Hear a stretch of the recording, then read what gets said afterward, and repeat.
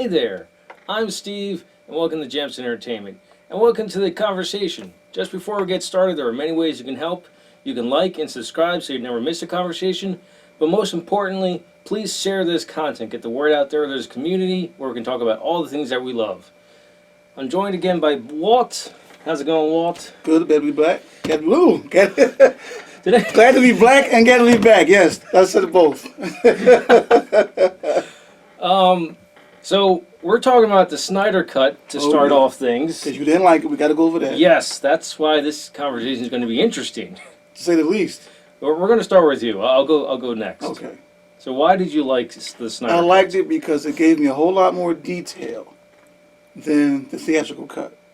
A lot more detail, more substance, a little more flash. It gave me a whole lot of what was missing. A whole lot. You understood it. You understood it more. You felt it more. I was able to get into that. The fight back there was 4 hours and 2 minutes. It didn't bother me because it was that good to me. It wasn't great, but it was good, and it was much better than the theatrical version. Much, much better. I need to sit through it again just to really get the nuts and bolts of it again, but I liked it. I know you didn't, and you spoke about it before. You gave all the reasons why you didn't, which I get. I understand, but I guess it just didn't bother me like it bothered you. Stuff about Lois being sad and I was like, let me reiterate from my review. So it's too damn long. Okay. And he's too artsy-fartsy. You like the style of it, but I don't. Right. He's used to slow-mo, especially when it's not the Flash. I want to put that out there in case people are like, oh, the Flash. Like, no. When it's not the Flash, he's doing slow-mo when it's not needed. Right. And he's just cramming too many movies into one. Now, I talked about this a little bit in my review. I didn't go into too deep of detail because I didn't want to spoiler, but we're going to spoilers all the way through. The part where they're talking about how the ancient stopped Darkseid the first time, right. That could have been an entire movie of it in and of itself. That's an awesome watch, by the way.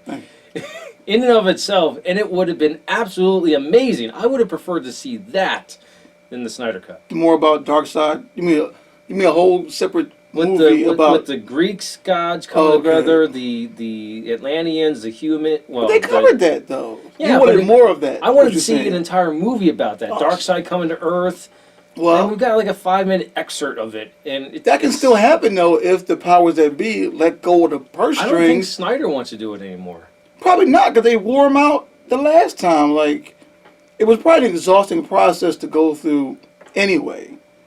I can only imagine the editing, the directing, the going over it again and again and again to get it right, and then have that taken away from you through no fault of his own, and then everybody had to wait months and months and months for your original vision to come out. That's not an easy thing to weigh on you. Not to mention the personal stuff that happened in his life. So that's a lot on your shoulders. Yeah. So I can imagine, like I said, I can't imagine what he went through to get all this done. But especially what happened to him personally. That's what I'm saying. And like I said before, right here at this table, I've always had a soft spot for the underdog. When I hear a story about a director or a writer who wants this project done so badly and they just can't quite get there, they're so close but yet so far at the same time, I root for them. I really root for them because you can almost hear the wheels turning in their head like they want this so bad because they have a vision and they want it to come to light so bad. So you feel for them in a way. And especially when you hear, oh, it's over budget, it's this, it's that. They can't get the actors to agree, or there was a problem with the script, or someone didn't like their lines, or these two actors don't get along. It's like, oh, you have to be like you have to crack the whip in certain ways on the set, and you have to really pitch your idea to the powers that be to let go of the purse strings and let the vision unfold. It's all there to let the vision unfold. Why you want to hold someone back? I never understood why some people want to hold back your creativity or hold you back from working towards something so bad that you're earning. It's not like you're asking for a handout. You're just looking for a leg up. And if someone says, no, you can't have it. it makes you want to work harder. It makes you feel for that person who's trying to get it. I understand, but if I were the studio and I saw what Snyder was doing, I would have simply said, like, maybe break this up into a few movies. Yeah. I don't know what it is with Snyder, but he likes putting tons of different plots, and not just like your normal A plots and B plots Right. where it works, Right. or A, B, C plots and it works. He's like, all these are A plots. It's like, it doesn't work that way. That's my one problem with Snyder, is he tries to make everything extremely important, and if you're going to go that way, Right. just make them movies instead of cramming it into one. Like I said, I did. I get what you're saying. I guess it just didn't bother me. Maybe because I was too excited. But I watched it for frame like everybody else, and I just didn't get that from it. I got the Cyborg story much better. Right, The Dark Side story was done better. Yeah, the Cyborg story was done much better. The Dark Side story was done much better. We actually got to see him this time. Yeah, and you got So that more was a good plus. and you I'll got give more it that. detail. You got to see And Dark they Side was showed pretty the awesome. side. I assume that woman was Granny Goodness. Yes. Yeah, okay. A little small, but yes. You're right. But no Calabac. No. So it's like, No Orion either. no, because we said that before. If you had to show one, you got to show the other. You got to show that Yeah. yin and that yang. You got to show that. Everybody doesn't. So, to the powers that be, please, one more. Just have Zack write. Just have Zack Snyder write the damn thing. If you don't want to direct it, just get him to write it. Now, I saw one rumor on Facebook. They're going to do Flashpoint Paradox to Yes. end the series. Okay. I don't know. Now Ben Affleck is going to play Batman, Bruce Wayne in this one.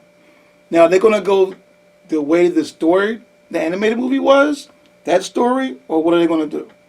Because there's a lot to put in there. Are they actually going to show Wonder Woman and the Atlanteans fighting? Are they going to do all that? What are you talking about? You never saw the movie, Which one? Flashpoint Paradox. No. That's what I'm saying. Yeah. Animated series and animated movies, I'm way behind on. So That was see. that's why I got you here. That's why we talked about before. Right here, this table, ladies and gentlemen. Flashpoint Paradox was a very good, deep-hearted story. But like I said, it's not for children. Because the scene between Wonder Woman and Aquaman is pretty, not graphic, but it's deep. It's understood what it is. But the fighting and the war that's going on between the Atlanteans and the Themyscirian women, Amazons, oh God, it's crazy. And it doesn't even... and Cyborg is like the main one trying to put a team together. And he reluctantly pulls Thomas Wayne in. Not Bruce Wayne, Thomas Wayne. And they have to go find Superman. That in itself is crazy. To go find Superman the way he is depicted in this story, it's almost sad. But you get it. I'm telling you, look at this one. You'll be like, what the? Holy shit. Like, it's a good one. That's one of the better ones. Excuse me. That's one of the better hardcore DC animated movies. Not even, because we know Killing Joke, we all saw that, was R-rated. We got that. But for PG-13, this is pretty hardcore. For an animated movie. I know we've all seen the other shit that comes on other streaming services and all that. But as far as DC and Marvel goes, we discuss it here most of the time. That was a good hardcore story. I was very shocked by that one. Not something you can show for... The average 10-year-old can't look at it. Trust me. Can't do it. I want to do like a comparison between Snyder Cut and I've heard it called the Josstice League. You ever hear it called the Josstice League? Not till just now, no. So you're not a fan of Joss Whedon's Justice League? Not really. I saw this theatrical. That's all. The Snyder Cut. No. Like, I'm a fan of Joss Whedon, period. But this one, I just didn't. I got it, but I didn't care for it that much. As I always say, it didn't blow my skirt up. No, so again, we're opposite again. I like the Justice League. The Justice League. Well, he really played to people's nostalgia, and he got me. He got me with nostalgia. The fact that I think he got Danny Elfman again to do the music. I think so. I'm not sure. And you hear 89's Batman theme in the background for certain parts, and you hear the Christopher. Yeah, you don't. Really? You never noticed that? No. Go back and watch it again. I have to now. You'll hear the Batman '89 theme. Dun, dun, dun, Yeah, they'll do that, and they do the same thing with Superman. They do the Superman with the whistle. Christopher Reeve. Okay. Christopher Reeve Superman for Superman. It's that like he played to my nostalgic heartstrings. So overall, you prefer the Joss Whedon Josstice League movie compared to the Justice League Snyder cut. That's what you're saying. Yes. Okay. Let's go on record. He needs medication. Okay. Put it out there. He needs. But I understand. But like I said, I love these discussions because everybody's opinion, point of view is different on the same thing. It's not something, because art is subjective. It's not something that's plain in your face one way. It's a million different things. Why does Ben Affleck do this, not do that? Why does Gal Gadot stand this way, not that way? So it's you see a gesture, or you hear a word, or you see something in these movies that turn the tide for you. Oh, I like this because of that. Or I hate this because of that. That's another huge difference between the two of them. You just reminded me. The reintroduction of Wonder Woman when she's saving those people from the terrorist. Right. The Justice League, she's like presumably knocking them out. Right. Snyder cut, she's straight up murdering them. I don't mind that. I don't mind it either. I'm just saying there's a huge compare and contrast here. What I say, apples and oranges. It's like, holy shit, like she's beating it. Like she is, but it's like... Well, just like in BVS where the warehouse fight scene with Batman, he kicks the crate into the guy's head and you see the blood splatter. Right. They do the same thing with Wonder Woman in this one. She kicks some guy into the wall and there's a blood splatter on the wall. It's like, what the hell? This is not the same Wonder Woman from... No. Actually, this Wonder Woman is different from all the other movies. If you really think about it, she doesn't kill in the first Wonder Woman. Not really. I don't think she kills. She doesn't kill in BVS because she's mostly fighting a big monster. So that don't count. And she doesn't kill in the Justice League. And she doesn't kill in Wonder Woman '84. Well, no, God. I think she doesn't. Does she? I don't know. No, that was just some of it's like the big chase scene. I don't know. That's kind of they probably could have died in crashes. But in that. But it's not deliberate. Yeah, she's not deliberately. Like she blows something up or crashes into something. It's Snyder cut, she doesn't care. Yeah, but I don't mind that because this is not. As much as I love Linda Carter, this ain't for her. Right. This wasn't. You couldn't get Linda Carter to do that on television. God knows. But on this, not in the '70s. No. No, of course not. But on this, it's a different animal altogether. Some people like to see that. Some people just want to see Wonder Woman tie up the lasso, leave you down for the cops. The cops, the lasso of truth is around you. You spill your guts. I went to bed till I was 15. You just feel it all. Whatever. I saw that on Justice League Unlimited before God said that. But it's like I said, it's apples and oranges. And her committing a homicide in this case didn't bother me. I thought it would, but it didn't. I really did. I don't want to see my superheroes kill or destroy, as you say in the old cartoon. Indiscriminately, no. No. Purposely. It depends. The superheroes, you don't. The vigilante anti-heroes, you do. What? In a way, because listen, you don't want to see Superman kill anybody because that's too easy for him to kill a normal human being. Oh yeah, he could just do. Yeah. Right, exactly. Batman, you want to see him in a way. You want to see him beat the shit out of you. You want to see that moral struggle. Right. You want to see the moral struggle, as you called it. But when you see him go after someone who kidnaps a bunch of women. The guy, like, remember the guy that had the girls trapped in the cage, and the girls didn't want to come out? It's like, and that dude got killed in prison. But you want to see that type of dude get the shit beat out of him by Batman. The child molester, you know what I'm saying? The worst of the worst. Wonder Woman can easily just grab you and throw you up in the goddamn air until you hit the ground splat. That's too easy. But when it's the vigilante anti-hero type without superpowers, you usually want to see them beat someone to a pulp. They're not to kill them, but just beat them down real bad. Like that little scene in The Batman. You seen the trailer for that? Yeah. Where he grabs the guy with the hatchet and he beats the shit out of him. You don't even see him hitting him, but you feel it and you hear it. It's like, oh shit. I need to have a trailer for that one. Yeah. It looks really good. But so I don't mind it when it's quote unquote justifiable Now, homicide. what are your thoughts on the movie Flash? Just in general, and it doesn't matter which version. I hope they get it right. I hope it's. No. I mean the character, how they're portraying him I like so him far. because I find him annoying. I don't, Doesn't and I'll tell you matter- why. Doesn't matter which version, but go ahead. I tell you why I don't find him annoying. Because Michael Rosenbaum in the cartoons didn't annoy me. He was funny with it. I thought it would be annoying, but it wasn't. Ezra Miller isn't, even for live action, Ezra Miller isn't playing him like that. He's playing him like overly unconfident. A little, but not to the and point where it's like annoying super to me. nervy. I don't know. I find it annoying. Now, Michael Rosenbaum had a lot of jokes, a lot of puns. In the that was the cartoon version, though, so you got to ham it up a little bit, I guess. But it was funny to me. It worked, and his character was still tough enough to get shit done. If anyone who's seen Justice League, the episode was called Night of Shadows. Remember that one? You ever see that one? No.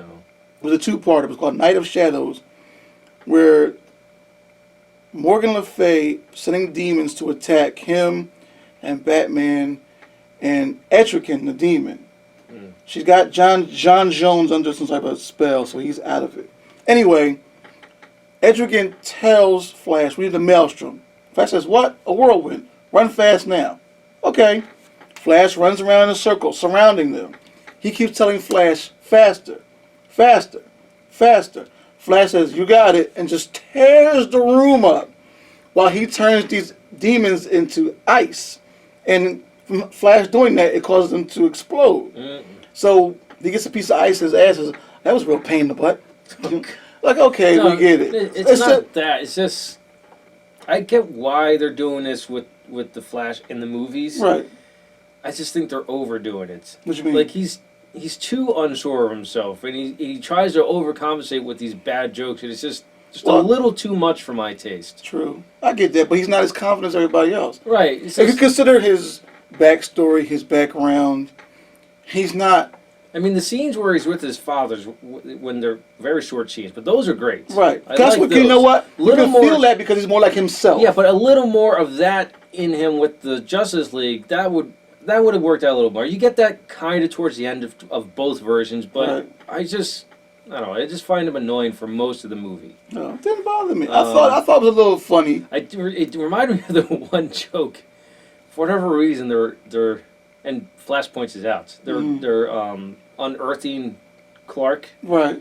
and he says, "You know, we could do this in like 2 seconds, right?" Yeah, like No. The real funny part is like I can't remember how the joke goes exactly. But he's talking about Wonder Woman. He's like, "You think it's weird for her to go after a younger man?" So she's like 2,000 years old. Yeah. Every man's younger. yeah, every man's like 5,000 years old, right? I don't know. I can't remember which one it was. Yeah, Every man's younger. every man's younger than her. Like, what the fuck? Like, Died laughing at that one. that worked. See, I'm saying when it plays off somebody, it works. You're worried about him in general just being cheesy. Yes. Cheesy puns. He's just a little overly cheesy because he's so nervous, and I just like wish the small confidence he had with his father that he built up in those scenes would have gone into the other scenes, especially going further into the movie. Well, he is like so unsure of himself through the entire thing. It's Right. I just want a little more confidence in him. But I bet you if they do this right, he will. Because we'll if see. you gotta see this movie, man. I'm telling you, because after everything he does and experiences, now he's not portrayed that way in the animated movies. of No, course. he's not. He's not. Yeah, he's But- pretty confident. He's just funny. But they take the way Ezra Miller plays him all the way through this movie. By the end of the movie, he won't be like that. He's gone through too much and has seen too much to continue on being like that. I understand. Trust me, if they play it out like that, he will never talk like that again. At least not at the end of this movie. Anyway. Yeah, I understand. I just wish they would have built his confidence a little more than they did. I think they will. I think they did a little I bit. was going to mention More than the previous version, but I think you'll see it. Well, you're bound to see it. the like one thing that they could have focused on to help build his confidence a little bit. Mm-hmm. He keeps on mentioning to himself, I gotta go faster, but I don't want to do the one thing because he mentions it at one point. It's like if you go too fast towards the speed of light, time starts getting weird. Right. And that's all he mentions. He doesn't. After that, he's like when he's running by himself, he's like, I can't go too fast. I can't go too fast. Like Right. if he spoke with this to the group, they could have helped you because But they don't Wonder know. Woman. I was gonna say she's like motherly, but she's more like a big sister. You think? She She there gets would have it. been a great conversation between the two of them. Well, maybe they'll get it right. Because this I mean, time. she does go to Bruce and say like, give him time. Yeah. Well, she says it about Cyborg, Mhm. but she could have. I don't know. But That think I they'll could use cover that. more of than all the other bloatedness in the Snyder cut. Well, if they get to Like as far more as I character building, because they did a lot of focusing on Cyborg. Mhm. Like Yeah, next- got a lot, and, yeah. and Flash was kind of there, and I wish they're 4-hour-long movie. You could have done both. well, is there another cut? We need to see another 6.5 hour cut. Let's have it. What the fuck? Let's have the 10-hour cuts. Right. Oh God Almighty. Watch a 3 hour, take a nap, wake up. What did I miss? Nothing. You know. They're still running. The shit. But it can happen if, like I said, you got to see this movie to see how they play it because, first of all, Wonder Woman doesn't even have any really interaction with Flash. Anyway, but him going back in time is the point of it. But him going back in time to do one thing, of course, changes everything else. Every goddamn time machine movie, time travel movie you've ever seen in your life, you go back and change one thing, it's going to change everything else along the line. If I go and stop you from 16 years old, and I say, Steve, don't go to that girl's house, and you don't, then who's to say that something else isn't going to happen because you didn't go? You know what I mean? It's just weird. If I say, if you go to that girl's house, nothing's going to happen, so don't go. And you don't go. Okay, fine. You go back home. Now, who's to say on your way back home something happens to you that wouldn't have happened to you had you been in that girl's house? Just from timing. You see what I'm saying? Just any little thing. Yeah. And that's what happens in this movie. And they cover that. And Eobard Thawne, the reverse evil Flash, does that to him. And gets in his head. And says, let me get this right. You didn't go back and do this. You didn't go back and do that. You went back and did what? And you calling me the bad guy? Mm. You know what I'm saying? He fucks with it. He fucks with him in his head mentally. And there's a scene where Thomas Wayne says he's a sociopath, and he has a way of getting in your head. They're known for it. They have a knack for being able to get into your head, and he's proven it because that's why you're here, because he got inside your head. It's a very deep story, but to put all that in your average hour and a half, 2.5 hour movie will be difficult because we're talking about bringing back all the superheroes again. You got to have Wonder Woman. You got to have Aquaman. You got to have Cyborg. I would make Flashpoint Paradox a 2 movie. Maybe they should, because you got to have Bruce Wayne. You got to have Thomas Wayne. You got to have Martha, who has a bigger role Yeah. in Flashpoint Paradox. Yeah. So That would be awesome to see on the big screen. you know what I'm saying? Thomas Wayne becoming Batman Right. and Martha Wayne becoming Joker. That would be amazing. But it's just so crazy. And this is not. And Thomas Wayne becomes a different type of Batman. He's got Yeah. guns. Oh God. He's not fucking around. Like the old Batman. This is not, like the old 1930s Batman where he carried a gun. This is not, I'm going to use a gadget to catch you. No. Thomas Wayne is on a He's mission. basically the Punisher. In a sense. He's drinking. He's like, everything that you think Bruce Wayne, everything you see Bruce Wayne is, he's the opposite. He's completely just, I got one thing to do and that's it. I don't care how I do it, I'm going to do it. And yes, I'm going to have a drink from this flask. Yeah. Well, Every chance I get to, he's a completely different Batman because he lost his son Right. rather than losing his parents. Right. He didn't have an entire lifetime to grow and Become who he is. and decide who he wants to be. Right. He didn't have an entire lifetime to morally think of what he wants to do. Right. This is, I lost my kid. My wife's going fucking Fuck insane. everything, Yeah, yeah. exactly. I lost my son. My wife is completely, her fucking brain is upside down Yeah. in her head now. There's no coming back from that at all. One bad day. Well, that's all it takes. One bad They day. ain't talking about one bad day we decided to go kill everybody in the motherfucking massage parlor. No. That's not a bad day. That's just fucked up. We're talking about a bad day in the comic book world. Okay? That's about that type of bad day. Well, this guy just had a bad day. No. That's something different. You know what I'm talking about? I do. Okay. I just, I'm sorry. yeah. No slurs. And no political. Yeah, I know. And, It is what it is. Whatever. I'll keep it in. all right. Next. You're making a point. Yes. Okay, so there we go. There we go.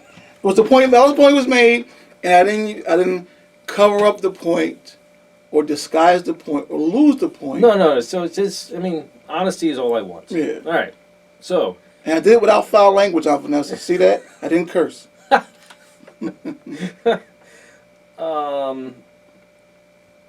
So you told me about Batman: The Long Halloween. Is that what That's it's called? the next one. It's yeah. gonna be a two-parter. Yeah. I hate it when they do that. Just give me all the That's movies. money. That's yeah, but, money. I mean, I'm the stubborn asshole that's gonna wait for the dual feature to come out anyway. Yeah. But now here's the funny part. Part 1 is PG-13. Part 2 is rated R. That's crazy. So it looks good. it It does. looks like they're pulling all the Batman and villains out. I have to admit, I've never read it. I've heard of it. I've heard people talk about it as a very deep, dark, hardcore story, but I've never read it. And I know I should have, but I didn't. This movie, just by looking at the minute and a half, 2-minute trailer, Mm-hmm. it looks like it's really gonna mess with Batman. Probably. I think But they always do. Every story does. I don't know. The only ones that There are Batman stories where he's kind of on top of the things and it's just annoying to him, and then there are other Batman stories like it's like a real psychological trip. And this Okay. looks like the trip. you know which one did it the least, in my opinion. Go ahead.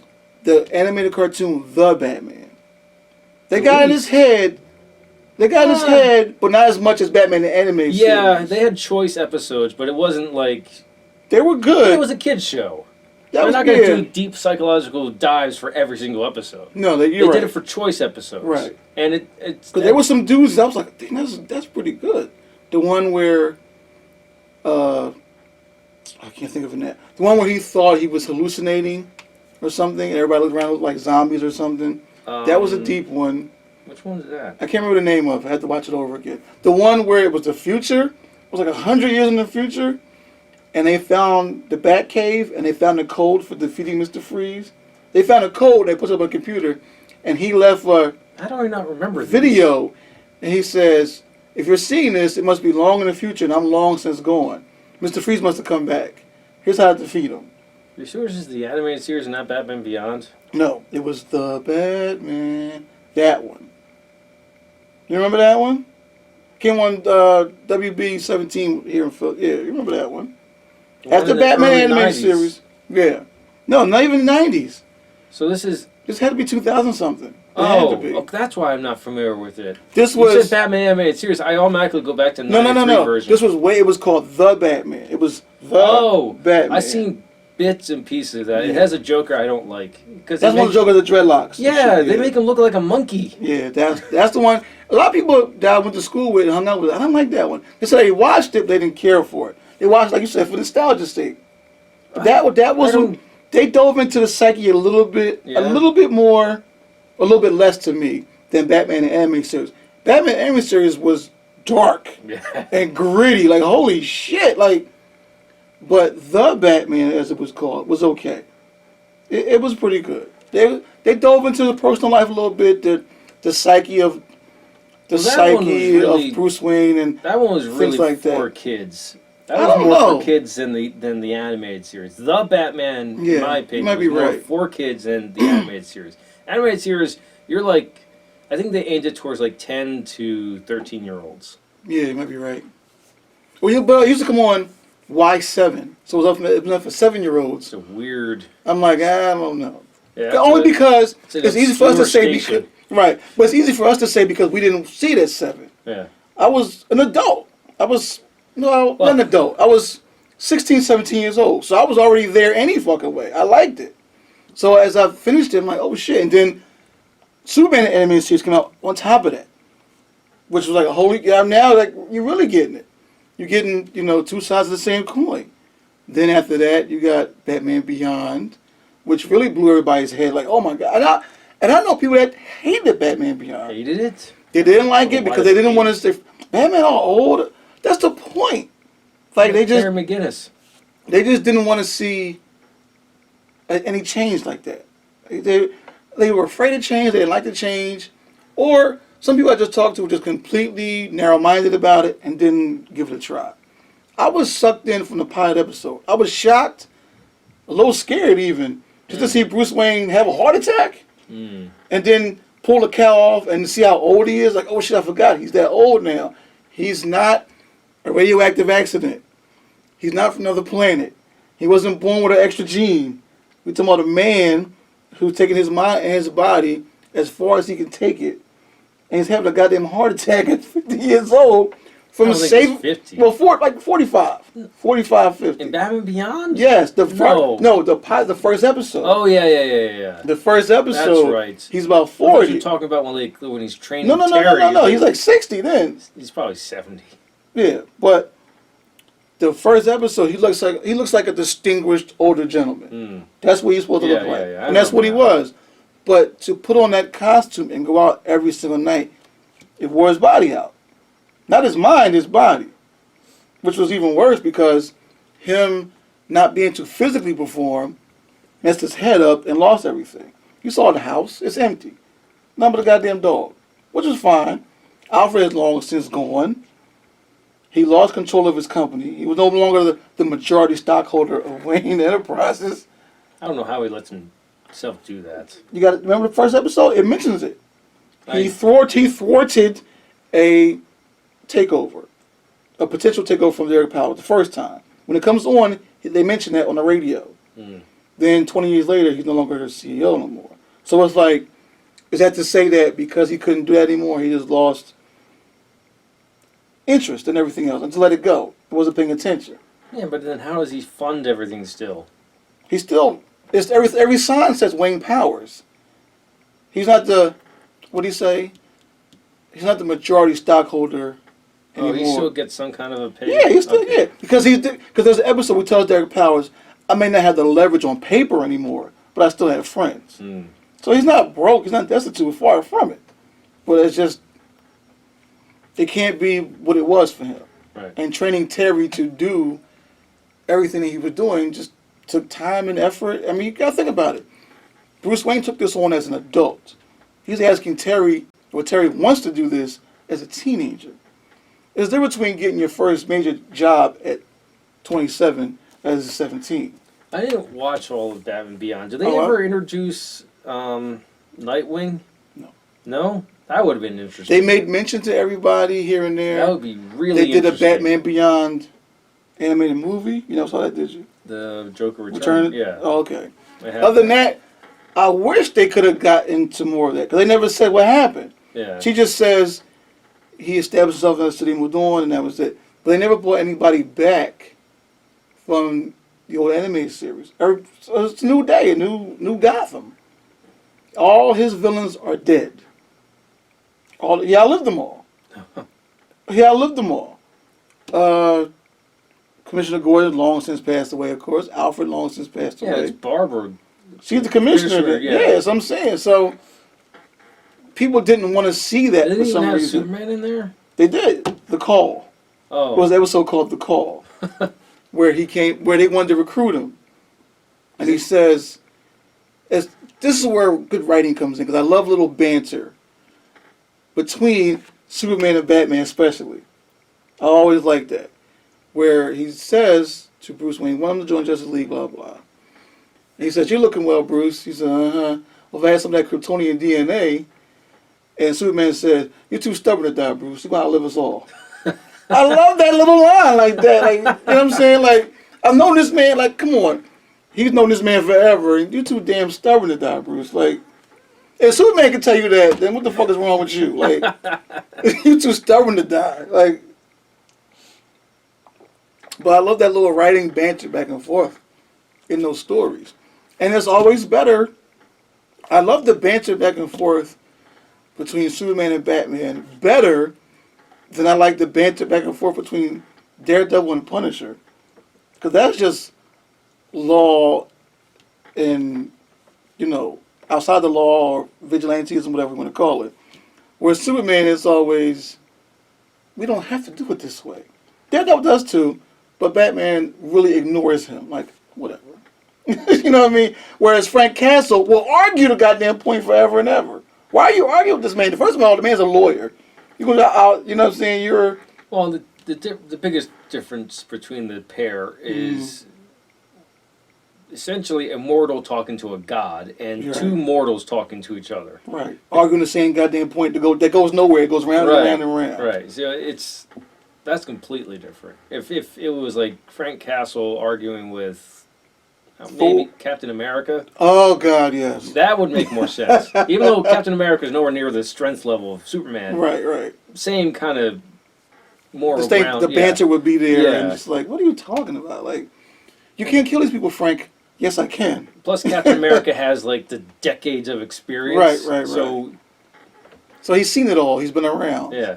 Whereas Frank Castle, like it doesn't have to be this way. It's like, fuck you, it does. Exactly. That's what I want to hear. That's what I want to hear. That type of talk in the animated movies. I want to hear that. Someone in Marvel, I want to see a animated Punisher Daredevil movie. The Netflix shit was fine, but I want to see that. I want to hear that type of talk from Frank Castle. Fuck you, watch this. You can't kill him, Frank. Shit, watch this. I'm going to kill him, and you can't stop me. That's what I want to hear. You heard from Batman, Superman. Bruce, you can't watch this. I'm going to do it. You want to be the golden boy? Go ahead. You want everybody to love you? You want to stand up there and hold the American flag and knock yourself out? Knock yourself out. You want to be seen all day? I'm hiding in the shadows. I'm gonna do what I have to do. If you notice that when the producers made Superman the animated series, the guys said we purposely made a lot of episodes take place in the daytime. There's only like 5 episodes that might take place at night, maybe 10. However long many episodes it is, there's only a handful of them that take place at night. Superman episodes take place in the daytime. Not just so much of the sun thing for the powers, but just because it's a completely different story. Well, it's a completely different atmosphere. I'm sure you've seen the completely different city of Superman standing on one side. I have that shirt. Yeah. And I had that shirt. Well, no, the meme of day shift, night shift. Oh, yeah. Ain't that what it is? You're the golden boy all goddamn day. I'm the one getting his hands dirty at night. Like, and plus, I mean, Batman can operate during the day. It just makes more sense to operate at night. Because when's all the action happening? Mostly at night. I mean, you can have a few. There's an episode of The New Adventures of Batman when him and Batgirl are together. And they swing on top of this roof. She says, 2 muggers, 3 young robbers. It's been a quiet evening. It's like, that's a quiet evening? Like, you know what I'm saying? So every case is different. But I love that banter between the heroes who are on opposites. They believe in the same thing. They just have 2 different ways of getting there. Yeah. That's all it is. It's not necessarily one is better than the other. It's just you have to learn how to agree to disagree. That's all. Okay. I know I remember asking, did you see, this would be way off topic. Okay, go ahead. Did you see Godzilla vs. Kong? Yes, I did. Okay. Liked it. Liked it a lot. I loved it. Yeah. I want to talk spoilers because, well, I mean, this isn't really a spoiler. No. This is like every kaiju movie. Why, oh why, does the military always think that their weapons are going to do something? They're supposed to. They're trained. They're trained to believe that. I think it's just action for action and explosion's sake. Not really like logical thinking. But it's just a little bit of both. So dumb. It's like, especially in this universe, you've had 2 movies with Godzilla. Right.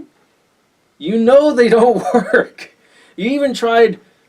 Well, no. They revised the oxygen destroyer from the original Godzilla. Right. Even that doesn't work. No. So why would they think conventional weapons would work? This Godzilla and the previous one worked.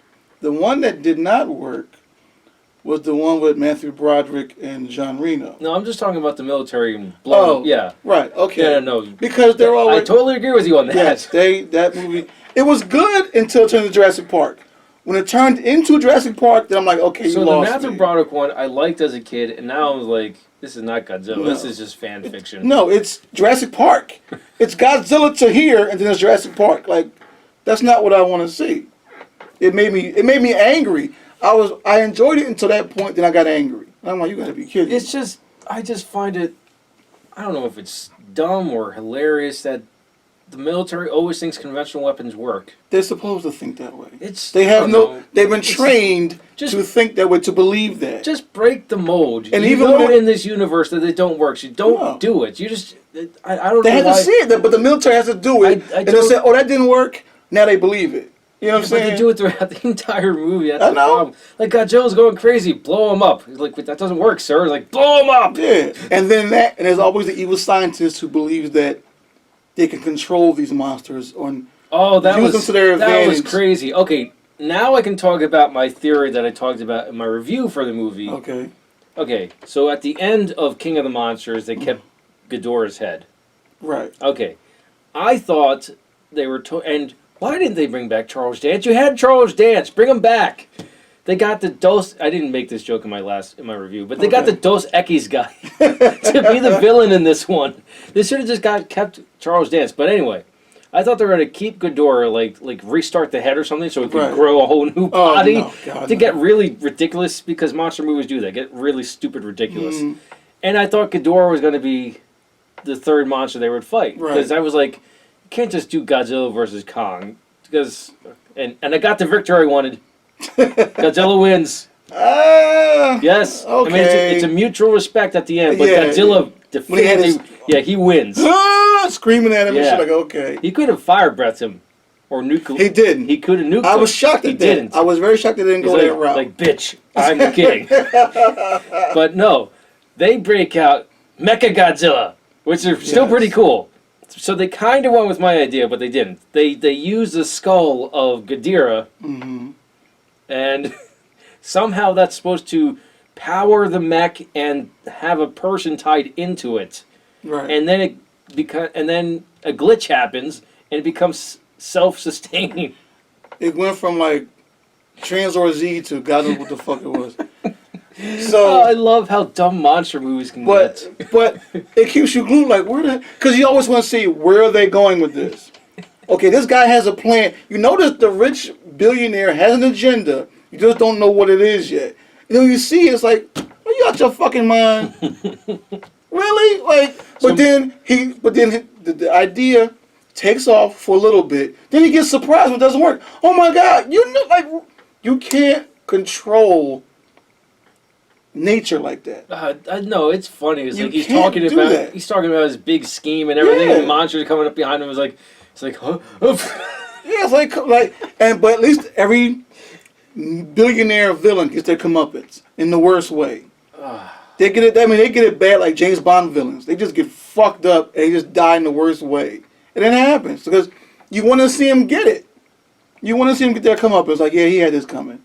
He was a billionaire, but he was an asshole. Like, and that's what I say. He was just a plot device. Right, and that's not so much a reason to kill someone. He wasn't even really anything. It was just a plot device. And I'm not saying you should kill someone because they're a rich asshole, but when you see it in that context, it's like, this guy got something coming to him. You can't. You're trying to control nature. You're trying to be God on earth to control every fucking thing, and you can't do it. Godzilla is what it is for a reason. King Kong is what it is for a reason. You can't control that. You can try to pull him in the right direction, but you can't control it. The little girl, she communicates with him perfectly. That was crazy. And I like that because finally you don't have King Kong going crazy over some gorgeous blonde. Comedians make jokes about this all the time. You know, the little racial reference in it about this big black ape and a little white girl. He got to have her to control. Oh, God. It's just insane. Well, I like the part where Kong actually can use some sign language. Yes. That's pretty cool. They actually developed the character further. Right. That way he's not just some mindless goddamn ape that you think is just foolish and just wild and can't be controlled. He wants to trust. He wants to relax. He wants to go home. Let him go home. That's all. But we need him. Well, goddamn, you ask him for help. Right. Don't tell him you're going to do this. That's what I heard in a movie one time, and this is absolutely true, and I believe this. People respond better, or people, so much animals, but anybody, responds better when they feel they're being led, not pushed. It's a difference. If they feel they're being led into something, you'll get a better response from them. If they're being pushed, you're going to get resistance. So what do you think you're going to get from a fucking 90-foot tall ape? You can't make them do anything. You see what happens to people try to domesticate wild animals? What happens to them? The faces get ripped off. They lose fingers and shit. Because you want to keep a goddamn baboon in your garage as a pet. No. What's wrong with you? You know what I'm saying? You can't do that with animals. They are who they are. They have instinct. They're born with it. So if I was some rich billionaire and I say, I'm going to make every cat in America respond to my will, you're like, are you out your mind? There's going to be some goddamn tiger in India that's going to kill me. That sounds like something. But I'm just saying, I'm just using that as a crazy example. So to every billionaire in the next Bond movie, the next King Kong movie, the next Godzilla movie, they're going to get your comeuppance. And it's going to be nasty, it's going to be horrible. Oh, I'm looking forward to the next Bond movie. Yeah, if we ever get to it, that's what it got. Yeah, they won't release it. All of them been delayed. They won't put anything in the theaters that they don't have to put in the theaters. Which is stupid. They just won't. They just won't. Come on, you know how this goes. The budget for this movie was $275 million. Oh, yeah. If we put it in the theater now, after a month, we're going to get $140 million, and that's disappointing. You're right. At this point in time with COVID, yeah, people will go see it in theaters, but not like... Not the money. They will not recoup that money. Yeah. They will not recoup that. Yeah. Disney Plus is doing the same thing, like I said, with Raya and the Dragon. But Dune, goddammit, Dune has to be in the theaters. I don't know. They Dune, still might. Dune is a theater Now that's movie. that's a 3-hour epic right there. Well, I think they want to split it into 2 movies. Are they? Yeah, or possibly even 3, because the book is split up into 3 sections. But see, when the movie came out, the original movie came out, it was all long. It was just one long ass movie. Yeah. And I saw that. And there was one. a miniseries. You ever watched it? No, I didn't watch that. No. I remember the movie with Kyle MacLachlan and Sting and all that, yeah, but... I don't... I mean, I will watch... Well... We all going to watch it, all over the place, but this is awesome. But in what... I will watch Dune format? on my TV if I have no other choice. Well, no. They didn't say when they were releasing it. No. They got a... Most It'd be really cool if I could see that in the drive-in. Most movies have a month, I want to but see no it in the date. drive-in. They have a year, but no date. Like, and they still ended it again. Is there a release date for Black Widow? Talk to me. Yeah, there's no release. There's no release date. Again. Like, all the ones that have been postponed is like, we don't know. We don't know exactly. Meanwhile, we're on pins and needles. Like, okay, we gotta get that next fix. We were starving for the Snyder cut. We got it. All right, what's our next fix? Spider-Man: No Way Home, or whatever the case may be. Now, you have the little things that hold you over in the meantime. Falcon and Winter Soldier. Go back and watch WandaVision if you didn't finish it.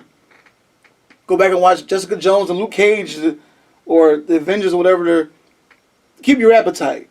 But after a while, I was like, okay, I've had enough of this. Give me something new. Yeah. Try something else out. And it's all there for the taking, but it just between COVID and whatever else was the main thing. It's just not happening. And people are on pins and needles. And the movie theaters and movie studios are losing money because you're not going to get anybody to sign a check over for this big budget movie knowing they're not going to get it back. Well, we can't give you $300 million, but we'll give you $150 million. Well, what the hell? Like, okay, so I can't have... Well, how much are they actually making back streaming it? I mean... That's what I'm saying. I don't know. I don't know how that works. Charging the outrageous price of $30 a rent. For the Premier Access bullshit. But you can wait a month or two. That's what for it to be free. Yeah, why not? And then like other streaming services, the only one I know for sure, Prime is charging like $20 for like 48-hour rent. Yeah, something like that. So, I mean, again, that's probably going to be free the next few months. But the ones so how much money are you actually recouping? I don't know they how must that have works. these like big deals at them. Like, here's what you... The one I know that worked out was for Coming to America. I haven't seen the original. I haven't seen the new... Oh, okay. Well, either way, Paramount got their money back. They're satisfied. Nobody's broke. No one's destitute. Like, nobody's like... Oh my God, like nobody's losing their job over this one. But when Disney Plus does that, it's like, okay, well, you announced that you're going to give it to us for Premier Access for $30. So you own it or whatever. Like I said, next month it's going to be free. Or a month after, I'll wait. I'm fine. I'm not dying here. Just I'll like, wait. there's a smaller movie called Nobody.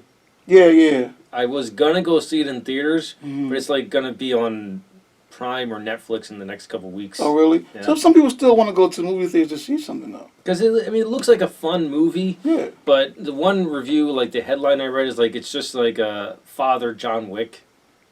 It's like he's like a nobody guy that lived this assassin's life, Yeah. and his family gets threatened. And that I was story's like, been done to death. All right, maybe I won't pay money for that. But I'll that just story- watch it from the comfort of my home. That format has been done to death because Yeah, after but this John, time it's Saw. true.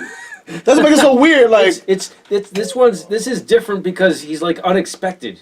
nobody. He's He's a nobody. Yeah. He looks like a nobody. Yeah. I And mean, would you expect that? for Keanu Reeves, Watching you this get trailer is like, With Keanu Reeves, what you- is this? And with then he Keanu- starts beating the crap out of people. Right. It's With like, Keanu Reeves, you get it. Like, okay. yeah, that makes sense. That worked. But then they tried it again with a movie called I Am Wrath with John Travolta. Didn't work. Well, John Travolta. That didn't work. But Did that he lose weight for it? No. Because he got pretty chunky. But the format was the same. He lost his family. I mean, it's And- Taken. And they, but How look, many Taken movies are there? here's the funny part. Someone who wrote this fucked up somewhere, and I'm gonna tell you how. But they weren't paying attention, or they just copied it. John Wick has all these tattoos on him, right? It's John Wick. I John think Wick has so. all these tattoos on him. I think so, yeah. Don't John Travolta have the same fucking thing? We did? Yes. These big tattoos on him that say I Am Wrath. I'm like, what the? I'm like, are you kidding me? Seriously? It Like, would have worked with John Travolta in the 90s. it would have worked if John Wick hadn't come out, period. It might have worked.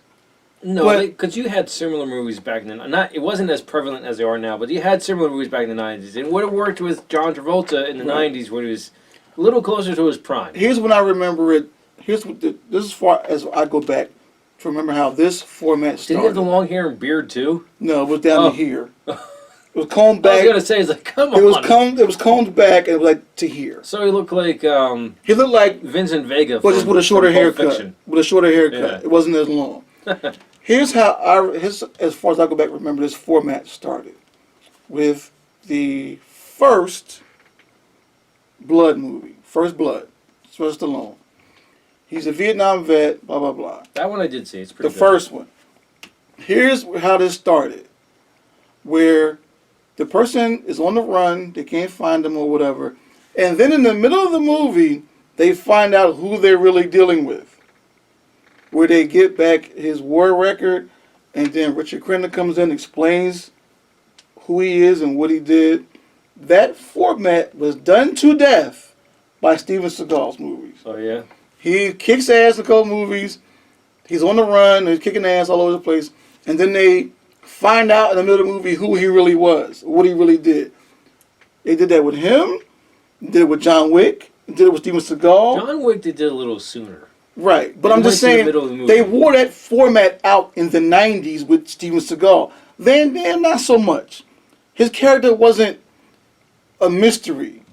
His character's never been missed. But I swear to God, Steven Seagal must have been 4 fucking movies in a row where they found out in the middle, especially the Under Siege movies, what somebody referred to as good bad movies.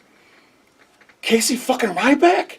You know who he is? Like, it's a big surprise who he is. Like, he's the guy who trains people to become Navy SEALs. Like, you know what I mean? Like, oh God. Like, they just overdo it. But that format has been done to death where you find out the badass person you're dealing with, you find out who they really are and what they really were. That format has been done to death. And now, because it's Saul, everybody's like, they don't feel it. Yeah. Because here's this older, meek dude who was just a clever lawyer to get the drug dealer off. Yeah. Because that worked. That fits him. But to see him play this badass, throwing grenades, and I'm just nobody. And people like, because he's the person you least expect. That's what makes him perfect for it. Who's that? It's a nobody. That nobody just killed 50 people 10 years ago when he was 19 years old. You know what I'm saying? Like, so you have that format has done to death. That's why I love certain movies. Whoever wins the Academy Award for Best Original Screenplay, I want to see that movie. Because I want to see something original. I want to see anything original.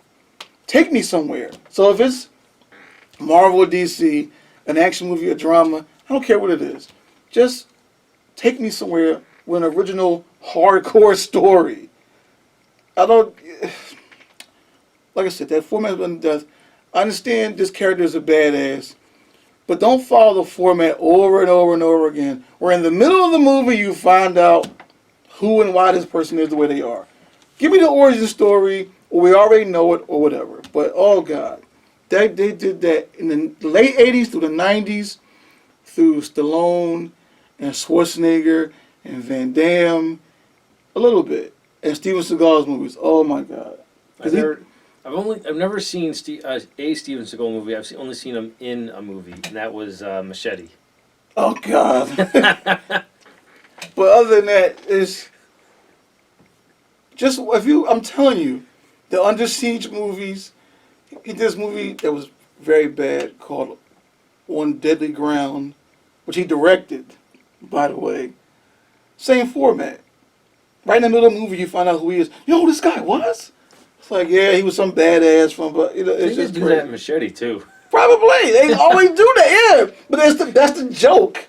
Like, that was the joke. That's a parody. Yeah, because some of those movies did that back in the 70s, always some hot love scene. Just over the top love scene, like, really, dude? Like, the violence is, like, extreme. It's always something. But they usually find out, oh my god, this guy was he was the CIA and FBI. Like, really? How the fuck you were the CIA and the FBI? Like, you gotta see, you want to see a good parody of that? Black Dynamite. Black Dynamite? Black Dynamite. Michael Jai White plays his character named Black Dynamite. That's his name. Black Dynamite. I forget what everybody calls him Black Dynamite. But his character was in the CIA and the FBI, or some shit like that. He's always trying to fight the man. You know what I'm saying? It's just so crazy. There's a scene where he's with this woman that he's talking to, and his two little girls outside playing rope. And the woman says, oh, this is Black Dynamite. And the little girl says, my mama told me my dad's name was Black Dynamite. And the little girl said, yeah, my mama told me my dad's name was Black Dynamite. He was like, oh shit. Like, you know what I'm saying? It's like, oh shit. That's your next movie assignment. Black Dynamite. Oh my god. It's made to be a parody like that on purpose to make fun of all those 70s, the black hero fighting the man. Same way Undercover Brother was. That was funny. Undercover Brother. When Chris Kattan says, I got a secret weapon, I call it Black Kryptonite, and here's this gorgeous white woman come down and say, oh shit. That's just fucked up. But it's funny. As long as it's funny, I'm good. I don't, you know what I'm saying? Some humor I don't like, but I heard Keenan Ivory Wayans say this when he was on Living Color. He told his writers, make it funny first. Don't worry about the message so much, right, but make sure that it's funny first. So for every action hero, every dramatic actor, every Marvel and DC, make the story good first. Don't worry about the message. We'll get the message. If it's there, you'll get it. If you try to, I said, if you try to push it on me, I won't get it. One thing to that. Make the story and the characters good first. Right, exactly. You can have a good story and have bland characters. I'd rather have... Or you can have a good... You can have good characters and a bland story. Right. Yeah. Or good special effects in the movie be shitty anyway. Yeah. Perfect example of that, Pixels. You ever see that one? No. I have no interest in that one. The special effects were Sandler one, yeah. Right? Yeah. The special effects were great. His older movies aren't... I mean, but his the story, newer movies aren't that great. His older ones I like. The special effects were amazing. I loved them. But the story itself was like this. It's another Adam Sandler's movie. His I don't mind his movies as long as they're good. He's one of the most formulaic actors slash directors, producers out there. I'm telling you, there is a Marvel movie or DC movie with his name on it somewhere. He can do something. What's he gonna do? He can do something. He can do something. If you saw him in Gems, the movie he did, there's something there. There's something there. So, I don't know. Him doing his own thing, it's so formulaic. True. I want to see Punch Drunk Love because I hear that was good. I hear he really steps out of character. Yeah, it wasn't meant to be funny. What was the one he did only a couple years ago? Something Gems? Yeah. Something Gems. We played Jeweler. Yeah, that looks good. Yeah. And I saw one with I can't remember the name of it, but it's a guy who plays War Machine. Him and Don Cheadle? Yeah. Him and Don Cheadle. Him and Don Cheadle. He played it's post 9/11. Yes, and another he's- one of and those he's- fucking movies. That got on my nerves too for a while. Well, 9/11 is the... I didn't see a lot of 9/11 movies. I think this might be the only one I've seen, and that one's really good. That was good. It took place after his wife and kids were on the plane. And they don't even really mention that it's 9/11. It was just a. It was afterwards. It was afterwards. I mean, the way he lost his. The way he lost his family. They don't right. say that it was 9/11. They said it was a plane crash. yeah. Right. Because that one, you But know you what? When I looked at the preview, and the boss I had at the time, the restaurant I used to work in, me and my boss both looked at the picture. We thought it was a movie about Bob Dylan. Cause he looked like Bob Dylan with the curly hair and stuff. Like, is he playing Bob Dylan? Oh shit! No, that wasn't the case. So that's what it looked like. But that was a good movie. You just scoot around everywhere. Didn't Kate Winslet play? Kate Winslet? No. She played a. I don't think it was Bob Dylan, but she played a biopic of a guy. No, that wasn't. No, you're thinking of Kate Blanchett. Kate Blanchett. I think it's Winslet. Kate Winslet looks more like a. Kate Blanchett. It was a movie about Bob Dylan, and she played. She looked like him in one area. It was something about different aspects of his life or something, and she played him at one point. Am I getting the right? Kate Blanchett. No. Kate Who is the ancient one in Doctor Strange? That's Winslet, isn't it? No, that's Who Middleton. that's who I'm thinking. That's who I'm thinking of. You're thinking of. I'm thinking of the woman who played the ancient one. That's not her.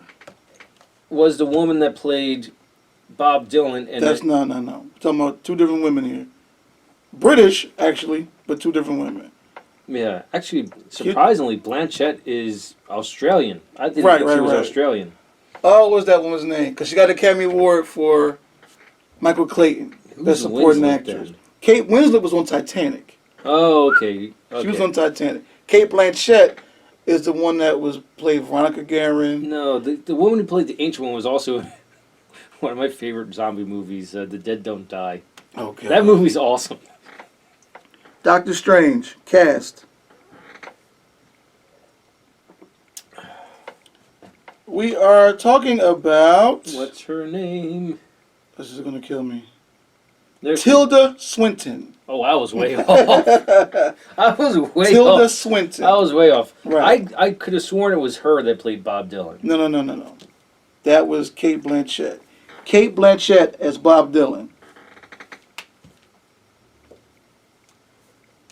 There we go. That's her. Oh, yeah. That's the one you got to see. Yeah. See the difference? And what's the movie called? It was called... Well, let's go to... Oh. Hey, no, go away. I get it. Okay. I get it. The Many Sides of Bob Dylan. Is that what it's called? Something like that. Let me see. That's interesting. Yeah, but that was her. I know it's hard to get them. How often do you see that anymore? Oh, I'm Not There. 2007. It's called I'm Not There. 2 hours 15 minutes. And she was just one of the people playing them. It wasn't all her. It was a couple people. But yeah. But no, Tilda Swinton is the one that got an Academy Award for Michael Clayton. The part where he says, "Do I look like I'm negotiating?" That's the one he's talking to her with that. And she used an American accent for that. She used an American accent for Doctor Strange, did she? No, she just used her actual voice. Which everybody was still upset about because it was a woman playing the part, not a man. Because the part calls for an Asian man. They were upset that it wasn't a Tibetan man. Right. The reason why... Explain this to me, please. All right. Because I don't know. I missed it. The reason why it's a Celtic woman instead of a Tibetan man...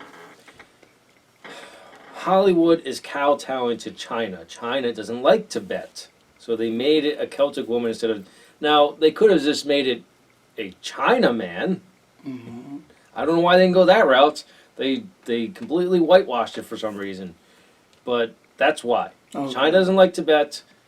Hollywood's kowtowing to China. And so they went like completely like as not offensive to China as possible. Oh, we'll just get a Celtic woman to do it. It's like, okay, it works. I like the movie. It doesn't. I'm not a huge comic book guy. I'm not a huge fan of Doctor Strange, even though I like the movie and stuff. But so it wouldn't take me out of it as it would a fan. Right. You're right. Because I never saw the ancient one until I saw the cartoons and the animated movie.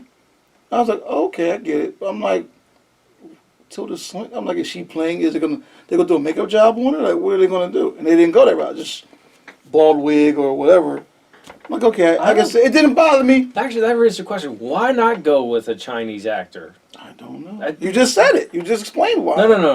No. They could have. No, that's just my theory. Oh, okay. I know that why they went with Tilda Swinton and Tibet and all that. I know that part's a fact. Why they didn't think, okay, if they don't like Tibet, why don't we go to China? If they're going to kowtow already, go the extra mile. I was like, okay, we'll get a Chinese actor. Right. Why not? But, well, like I said, I don't know. We've all wished we could be in that casting room. It's above our pay grade, unfortunately. Well above our fucking... Woo! Head and shoulders above our fucking pay grade.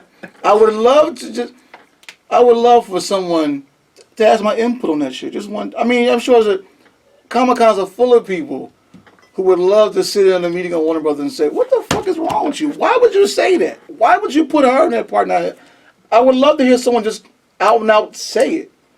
Ask a direct question. Not a whole bunch of, well, we're thinking about getting Steve McCall for this, but, you know, Jake Gyllenhaal waiting for a call back. Like, come on, just yes or no. You know, I don't need all that. I get that's the business they're in, but like I said before at this table, we want to know how and why. Why this person, not that person.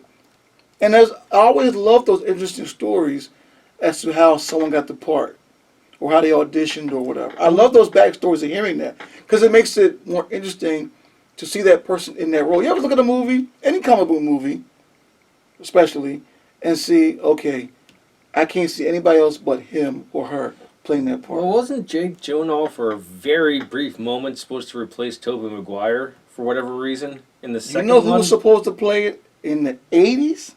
No. John Cusack. I could see it. You know what I'm saying? Now imagine John Cusack back in like 85, 86. Yeah. I could see it. Right. But I remember hearing somewhere that for a brief moment, Gyllenhaal was going to be Spider-Man for like the second one because Tobey Maguire didn't want to or something like. I don't know. That's what I'm saying. I can't remember the reason. I just know like it could have worked. They look similar enough, but not young enough. Because I can't see Jake Gyllenhaal. It would have to been Jake Gyllenhaal a long time ago. No, I think Jake Gyllenhaal might have actually been a little younger than Tobey at the time. It would have. That's the only way it would work. Because I can't picture him now as the adult that he is. Tobey was like, I don't know, like mid-20s or something. But he still looked like a high school senior. Yeah. He could pull that Tom off. Holland looks...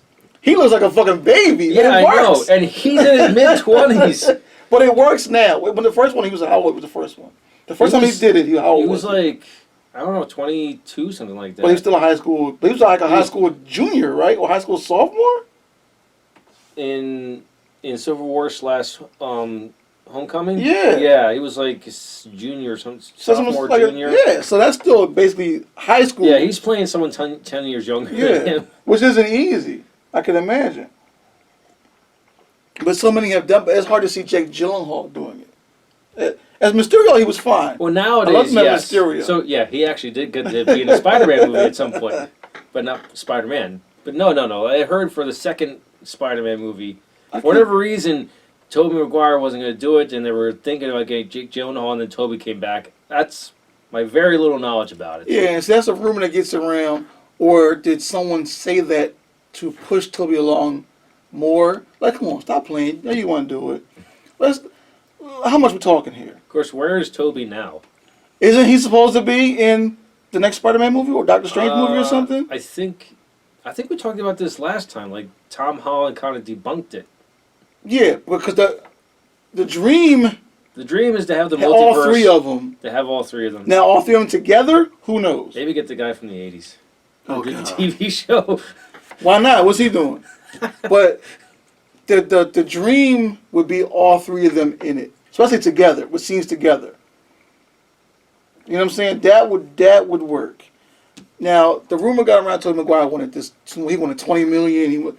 Stop all that. Like, dude, do your job. You have bills to pay, you got responsibilities, but goddamn, we're talking about You get to be part of a franchise that can really put some money in your pocket if you play it right. 20 million is crazy, but I would be like, you got to help me out here.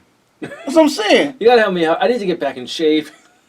Well, first of all, I think Tobey Maguire's a fucking vegetarian. So he don't got to do much but cardio, carbo load. He's... And he did the first time. He's I'm a vegetarian, so a lot of carbo loading, subs and push-ups, and cardio work. Okay, fine, that works. He needs some kind of protein supplement to build some muscle mass. Of course. Because, I mean, just your natural muscle doesn't... I mean, Spider-Man's not the biggest dude, but he's not the smallest either. Right. He's still in shape enough that it looks good for his size. So there's a difference between... When you say someone's in shape, there's a difference between the physique of your average pro wrestler. Whenever I hear that, I just think round is a shape. Yeah. physically in tune. Right, yeah. Physically in tune. Physically in shape. Physically in tune.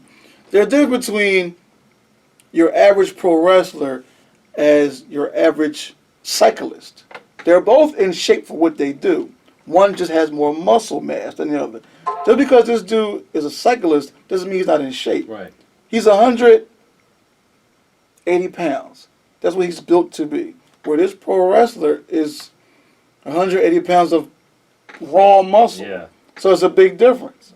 So there's a big difference between Spider-Man and Superman, as you can obviously see. Where it got Henry Cavill with the six-pack and the V shape and all that kind of shit. That works for Superman. It works for Batman.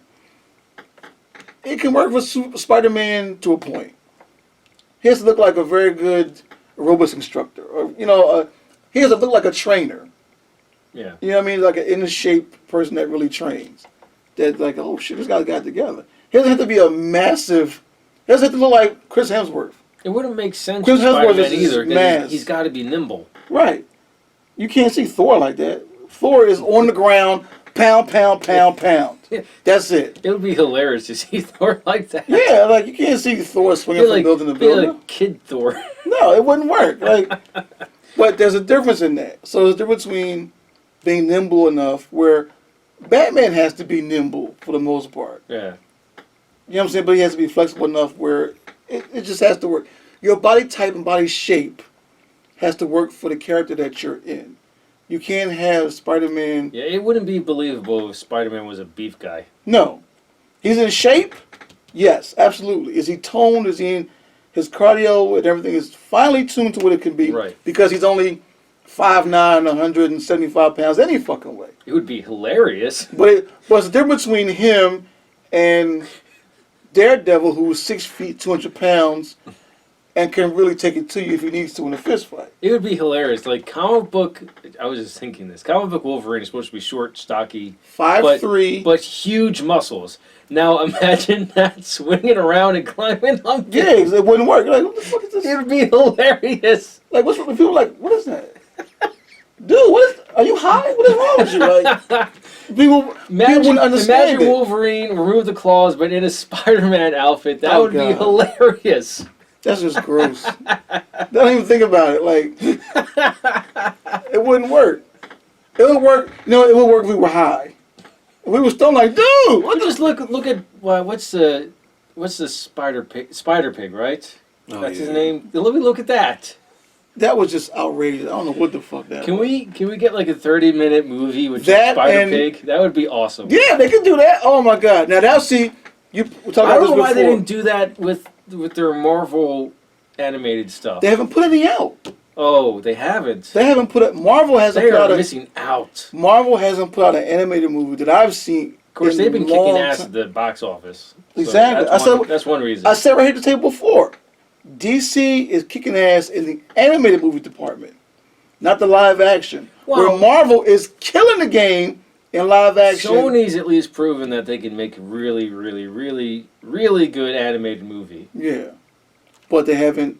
But as far as Marvel goes, they haven't put any out. They haven't needed to. I mean, they only have Spider-Man, but there's a lot with Spider-Man you can do in animated territory. They won't do it. They haven't done it. They should. It would be amazing. Like at the end of Into the Spider-Verse, you had the very end credit scene with I can't remember that Spider-Man's name, but it's like Spider-Man 20. Oh, 2099? something like that. Yeah, with the blue and it's the yeah. No, I forget his name. No. I think he's wearing all black, isn't he? Kind of like Morales, but his one's actual Hispanic. He's not mixed. Oh, I don't know. It's at the end of Into the Spider-Verse, and he jumps back into the '60s cartoon. Oh yeah, Yeah. That is Spider-Man. When's that coming out? That is Spider-Man That looks 2099. That looks really good. I forget his name. It's blue and red. I thought it was black again. No, It looks really good. That is Spider-Man 2099. That came out years ago. Well, I thought it was going to be like what? Peter Parker's great-great-grandson or something? Well, they teased it at the end of the Spider-Verse. And the fact that they put it in the 60s, it just looks hilarious. You're staring. No, you're staring. I was like, okay, we get it. And the way they animate talking with the mask on looks so dumb. But that style worked back then. Yeah, it did. It worked. They could have just had no movement. That used to be on Disney Plus. It's not there anymore. That particular Spider-Man cartoon. No, they probably Sony's like, what are you doing? Yeah, like Spider-Man's our guy. Yeah, but that one worked. The ones from the 90s are on there and earlier ones on there, but the ones with the Spider-Man, that one's not on there. Actually, now that I think of it, I'm surprised Sony hasn't come out with their own streaming service. Especially the fact they make movies, they make video game consoles, some video games, and then music. You would think streaming service would be the next idea because you have a game console. Right. You can put it on there for people for free and then have paid content. And then it's free if you get the listen to me, Sony, give me money because I'm coming up with this great idea for you. But now, here's the problem with that. As far as the Spider-Man stuff goes, Sony owns it all. For the movies anyway. So you're going to pay for another streaming service with everything on it and the Spider-Man movies. Not if you own a PlayStation. True. But I'm saying all the Spider-Man movies are owned by Sony. Sony is not going to give that up. The Tobey Maguire ones too? Right. Huh. They're on Disney Plus. I thought they were Fox. Oh. Disney? Okay. So Fox, the contract went away. They picked it up. They did everything the Andrew Garfield movies. They don't have that on Disney Plus? No. No. I'm saying Fox did Spider-Man. Contract right now. Sony picks it up. They do Andrew Garfield. Mm-hmm. And then they have a contract with Disney. I'm going through the evolution of the Spider-Man franchise. Well, like I said, it's going to be one hell of an evolution to get there because I haven't seen it. Unless I go home and put on a goddamn DVD, I haven't seen Tobey Maguire on any streaming service. They don't do it. Mm. The Andrew Garfield ones... You should get the Blu-ray Collector's Edition. I have one DVD. Yeah, but it's a sweet Collector's Edition. Oh, I'm sure it is. But I don't feel like spending more money on a DVD and a Blu-ray. I guess that's too much money. After a while, it's like, I stopped buying the DC anime movies because they keep coming out with one. Yeah, I got they're coming out with bells and whistles all the time on HBO Max or whatever. So I'm like, I'm not gonna go to the store and buy it. Although I should for the extra bells and whistles on it. Right. The commentary, the this, the that. Right. So it is worth having for that. You watched Death in the Family, but you didn't have the options. Right. I did. See. I watched it. Mm-hmm. Did you interact with it? I should lend it to you. Did you interact with everything? I'm going to lend it to you. Yeah, it's really, really good. I'm going to lend it to you. So you interacted? Yeah. Oh, shit. Okay. It's really, really good. Now you have me up all night with that and now. It doesn't give anything away. So after you make the choice, so I went to the choice of the traditional comic. Mm-hmm. Way it works is at the start of the credits, it always at the bottom says you want to go back to this point so you can make a different choice. So they make it easy. You don't have to watch. Yeah. Okay. It's really, really cool. I thought it was going to, watching it to review it, I thought it was like, I'm going to have to spend all day watching this. I spent like a couple hours. But you did anyway. I mean, what the hell? If it's good. It's real good. That's what I'm saying. But I saw it without the interaction. But I love the DC's kicking ass in the animated stuff. We got that. Marvel, get back on it. You got a lot of potential there. I would love to see a good animated Daredevil movie. I think they could really pull that off. Punisher, nah. But a good animated X-Men, a good animated Daredevil, hell. What do you think they're going to do with X-Men? Who knows at this point? Because Hugh Jackman is done. He said, I'm done. Are you going to see the New Mutants? I will, eventually. I'm not that crazy about it, but I will look at it to get out of my system because I'm curious more than anything else. Are you okay with if I tell you how they Yeah. How I think they're gonna try to tie it in. I have no idea. So go ahead. Okay. So I watch New Mutants. Mhm. It's an okay film. I don't know if they're trying to tie it to the X-Men universe that they've already established, or if it's their way of trying to tie it into the MCU. Mm-hmm. You remember the camera footage that was shot in Logan, where the nurse is like explaining? Yeah. They have that in New Mutants. Oh, okay. And that's how they're tying it. That's where they're explaining where these mutants came from. That hospital. They're all test tube babies. Oh, okay. Yeah. That works. That might work. And I think the movie could have worked just as well without that in there. It feels like it was like an afterthought. But it helps the story along and gives you you an idea of their backstory where it comes from. I think it could have worked without it. Because it feels such like an afterthought. We have this footage, we could tie it in just by throwing it in there, and it just. Well, but you just said it ties the story in, so it kind of pulls you in. It can work without it though. Oh, okay. It feels like an afterthought. But they probably put it in to pull you in a little bit more. Say, okay, where is this going? Okay, yeah, but if they see where it's coming from, but where is it going? But if it was released for the sake of releasing it, there's no point in it then. Because I mean, as far as either of us know, they're not going to tie the New Mutants into anything. Oh, okay. Well, see, that's what I'm saying. Why show it then? They're not going to tie it into anything. They got to. We could try to, or at least try to. They'll release it in theaters. I saw it in theaters. On Freeform, there was a show, Marvel's Cloak and Dagger. Yeah. About the two kids that she becomes Dagger because she's all this light, and he becomes Cloak because he becomes this dark character.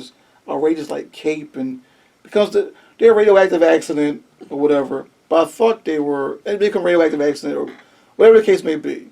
But it's tied in to MCU universe because there's a scene where this cop is using playing cards to establish a timeline of who's who and what's what. And he says, what are you doing with the cards? And she says, oh, I got this idea from a reporter I knew back in New York. That is the Ben Urich character from Daredevil. So it ties into that. But it's just a separate show was on Freeform. Didn't they tie in the Marvel TV into the Marvel Universe? Into what?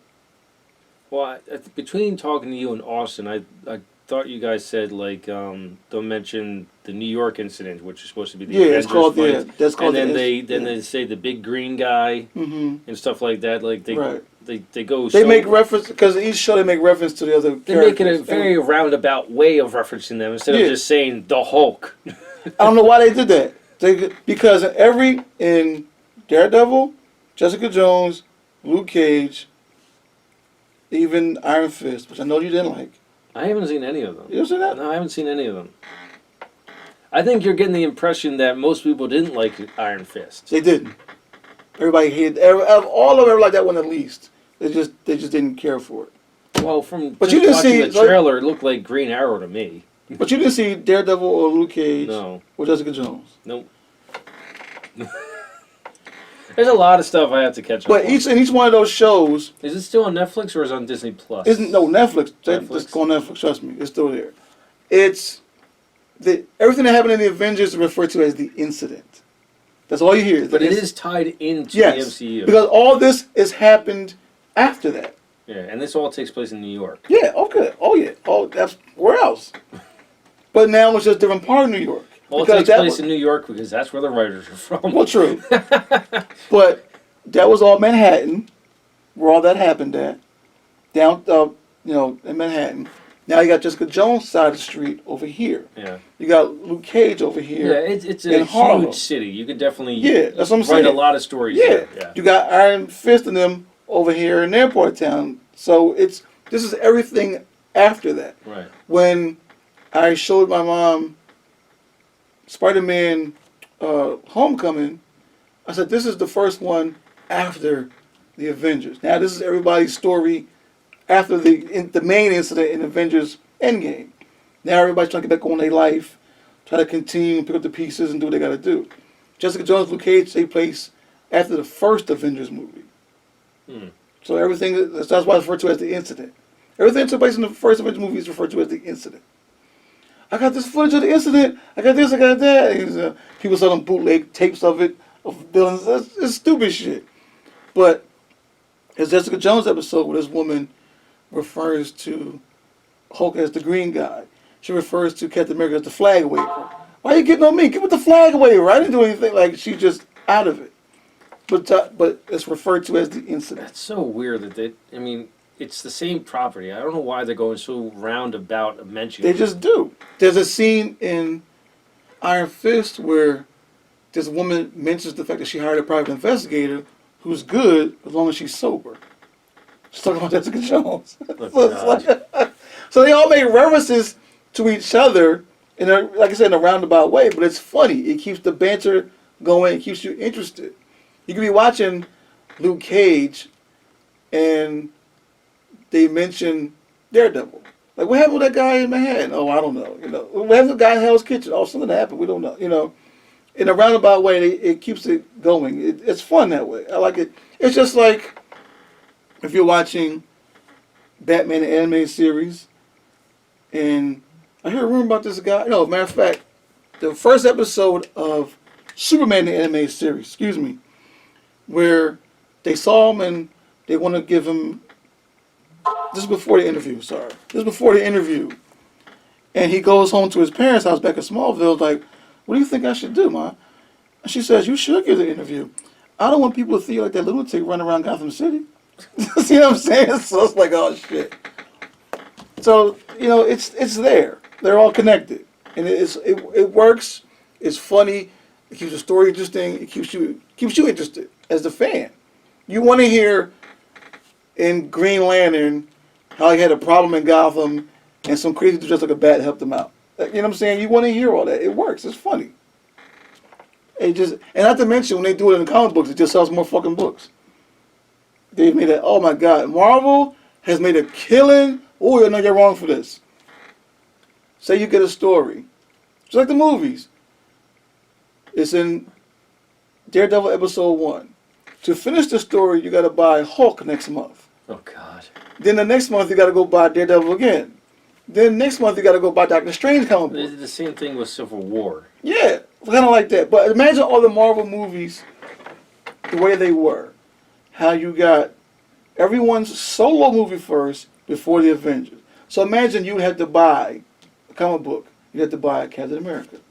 You had to buy Incredible Hulk. You had to buy a Thor comic book. And then to finish that story, you got to buy the Avengers coming next month. That's 4 books, 5 books you done bought already. 4 or 5 books you done bought already. Then they say, well, next month we got.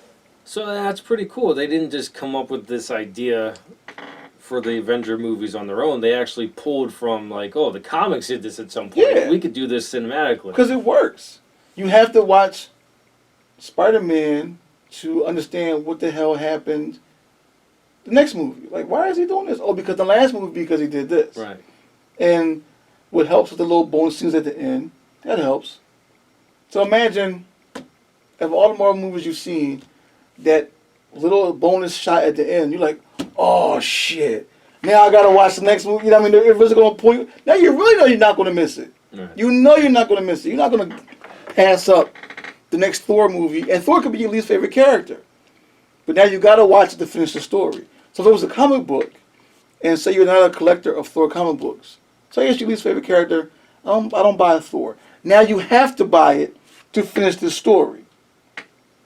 You want to finish the story? Buy the book. Especially if, God forbid, sales are down. Yeah, that's dirty. Spider-Man, Daredevil, their sales are up. They're through the roof. Thor is down here. What are we going to do? We'll make a story where it ties into Thor.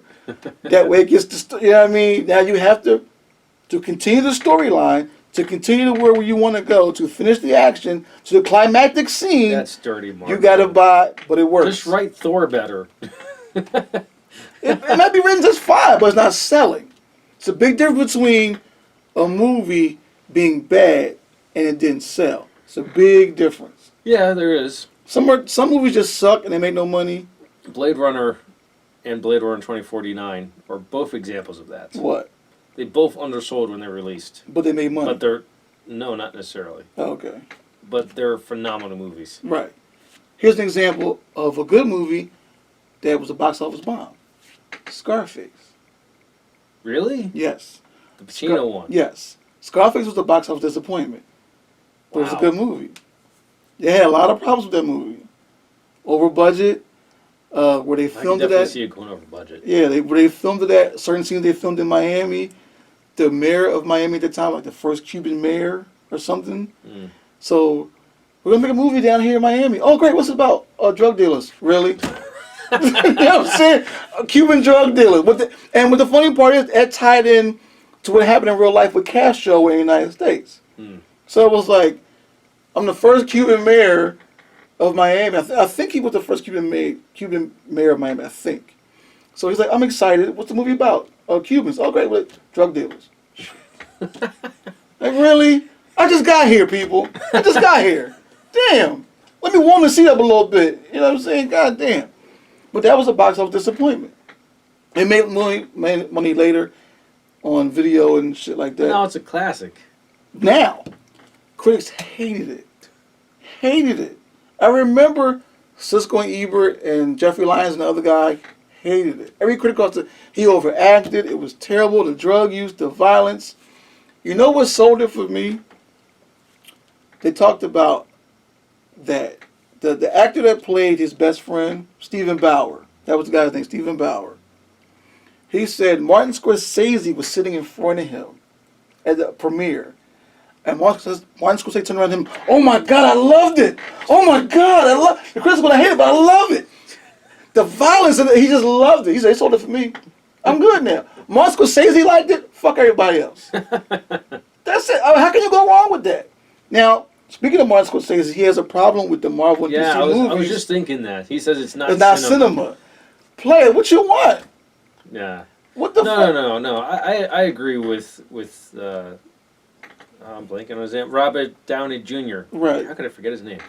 How did he respond to that? I didn't He hear basically exactly. brushed it off. Oh, okay. Yeah, it was like that's his opinion. Yeah, because you can't come out on Howard Stern show, especially and just say fuck Martin Scorsese. Right. That's just blasphemous. You can't do that. But you could say that's his opinion, and it is his opinion. And as much as I was disappointed to hear it, I have to understand or try to understand where he's coming from when he comes to that. He doesn't see it as cinema. Well, what exactly does he want? Does he want a more dramatic story? Does he want to? He probably. Does he just see it as a popcorn movie? That's it. Yeah, Just I was gonna say movie. like it's art versus movie candy. Right. And the Marvel movies are movie candy. Yeah. Some of them are deep, Yeah. but for the most part they're movie candy. Right. Godzilla versus Kong is movie candy. Movie candy. Scarface is not movie candy. Now, depends. Well, Depends put it on like your taste. this. It could be both. put it like this, and I've said this to somebody before. Martin Scorsese got an Academy Award for The Departed, but a lot of people think Goodfellas was the better movie. They're both damn good, but I think Goodfellas was the better movie, but he got it for The Departed. To him, he does cinema. Like everybody else, he went to film school, he got down pat, he got the budget, he can do the damn thing. We've seen it. We've seen his art come to life. You ever see something he steps out of his comfort zone for? Silence? I think it's called Silence. I don't think I saw that. It's, I'm pretty sure it's Andrew Garfield. I know it's Adam Driver. Oh. They play priest in, like, feudal Japan. Oh, Jesus. Yeah. No, I watched it. no pun intended. I watched it once. I What'd you might have to think? watch it again. Yeah, It was just, I don't know. It's just different. It's different for Scorsese, Yeah. It's not his normal, like, outrageous mob movie or something like The Wolf of Wall Street. You're right. This was different. But good different or bad different? It's a difference. I can't really remember. It didn't. Well, the fact that it didn't really leave much of an impression. But it makes me want to go watch it again. Man, Because maybe I'll look at it a different light. Because I've seen a lot of movies recently between now and then. Yeah, especially watching a movie at 12. Well, no, is it wasn't different even than- at no, 12. I'm This saying was like a few years ago. I'm saying the different. I'm just saying in general. Yeah. Watching a movie at 12 is different than watching it at 20. Oh, yeah. Because you hear and see things differently that you didn't see or hear before. Blade Runner, for example, I watched it probably early 20s. Right. And I was like, I don't know what I just watched. But now you get it. A little But bit I better. enjoyed it. Right. And then just watch it a few more times, like, wow, this movie's a masterpiece. Yeah, see. And to learn that it underperformed at the box office, like, Everybody else is, but see, here's the problem with that. When it underperforms, everybody blames you.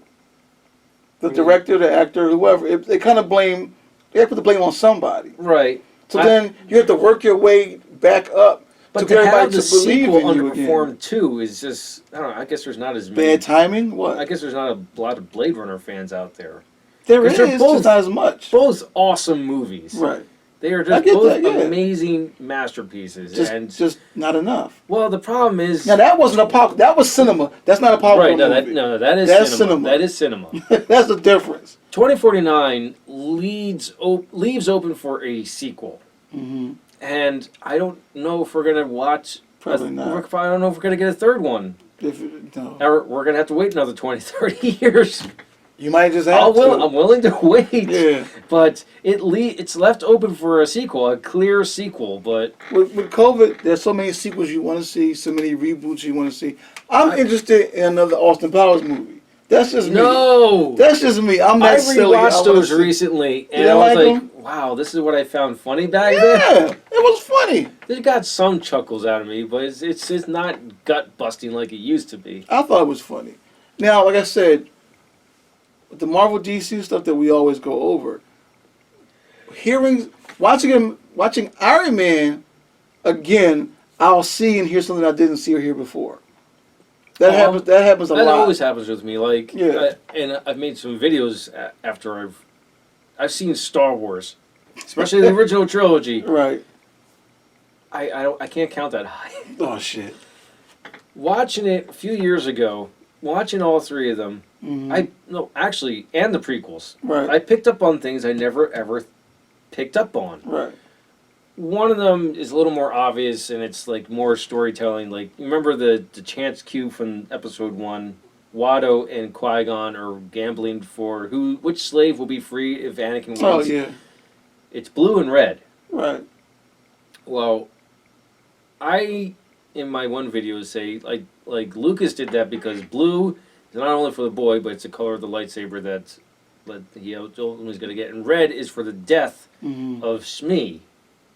I might be reading into things. Yeah, because did you overthink that one? It is a storytelling thing to do stuff like that, like foreshadowing, and foreshadowing can happen in small instances like that or big instances.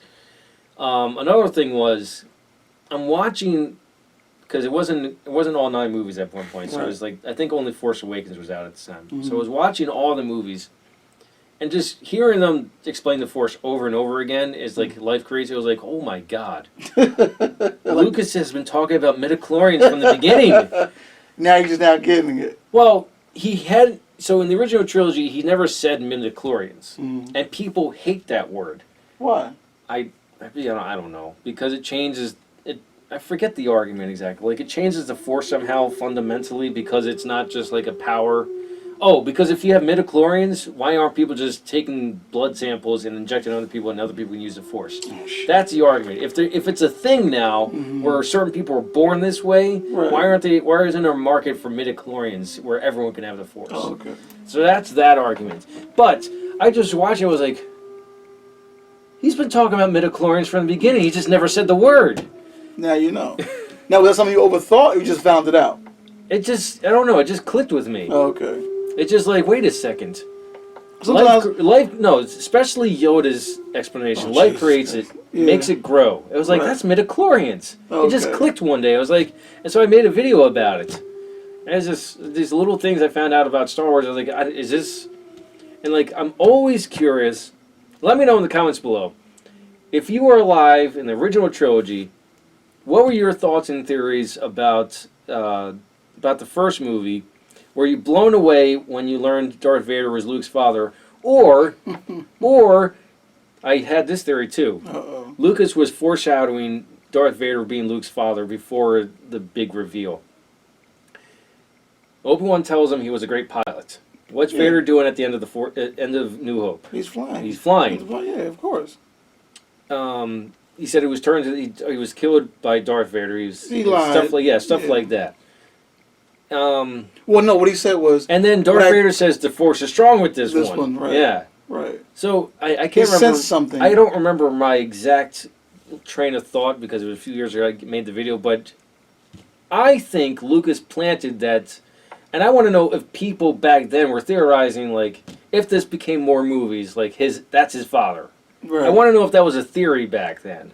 I don't think so. I think everybody discovered it, because I remember being a kid in the theater. Or do you think and most everybody people just got blown away by... Everybody got blown away. By the reveal. Everybody got blown away. Because I remember my mother bought this book they were selling near the theater.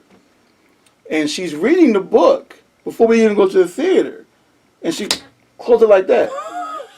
And my father said, "What's the matter?" I said, "Nothing." And I didn't think, I was a kid, I didn't think nothing of it. But in the theater, everybody... And she was the only one that was... She was kind of like, okay. I remember I had that book for a long time, but I remember her actually reading it before we went to the theater. And I told Sam one day, I always wanted to be that asshole to do that. Like, see the movie before everybody else and come out in the hallway and say, "Oh my God, you ain't gonna believe it." They did that.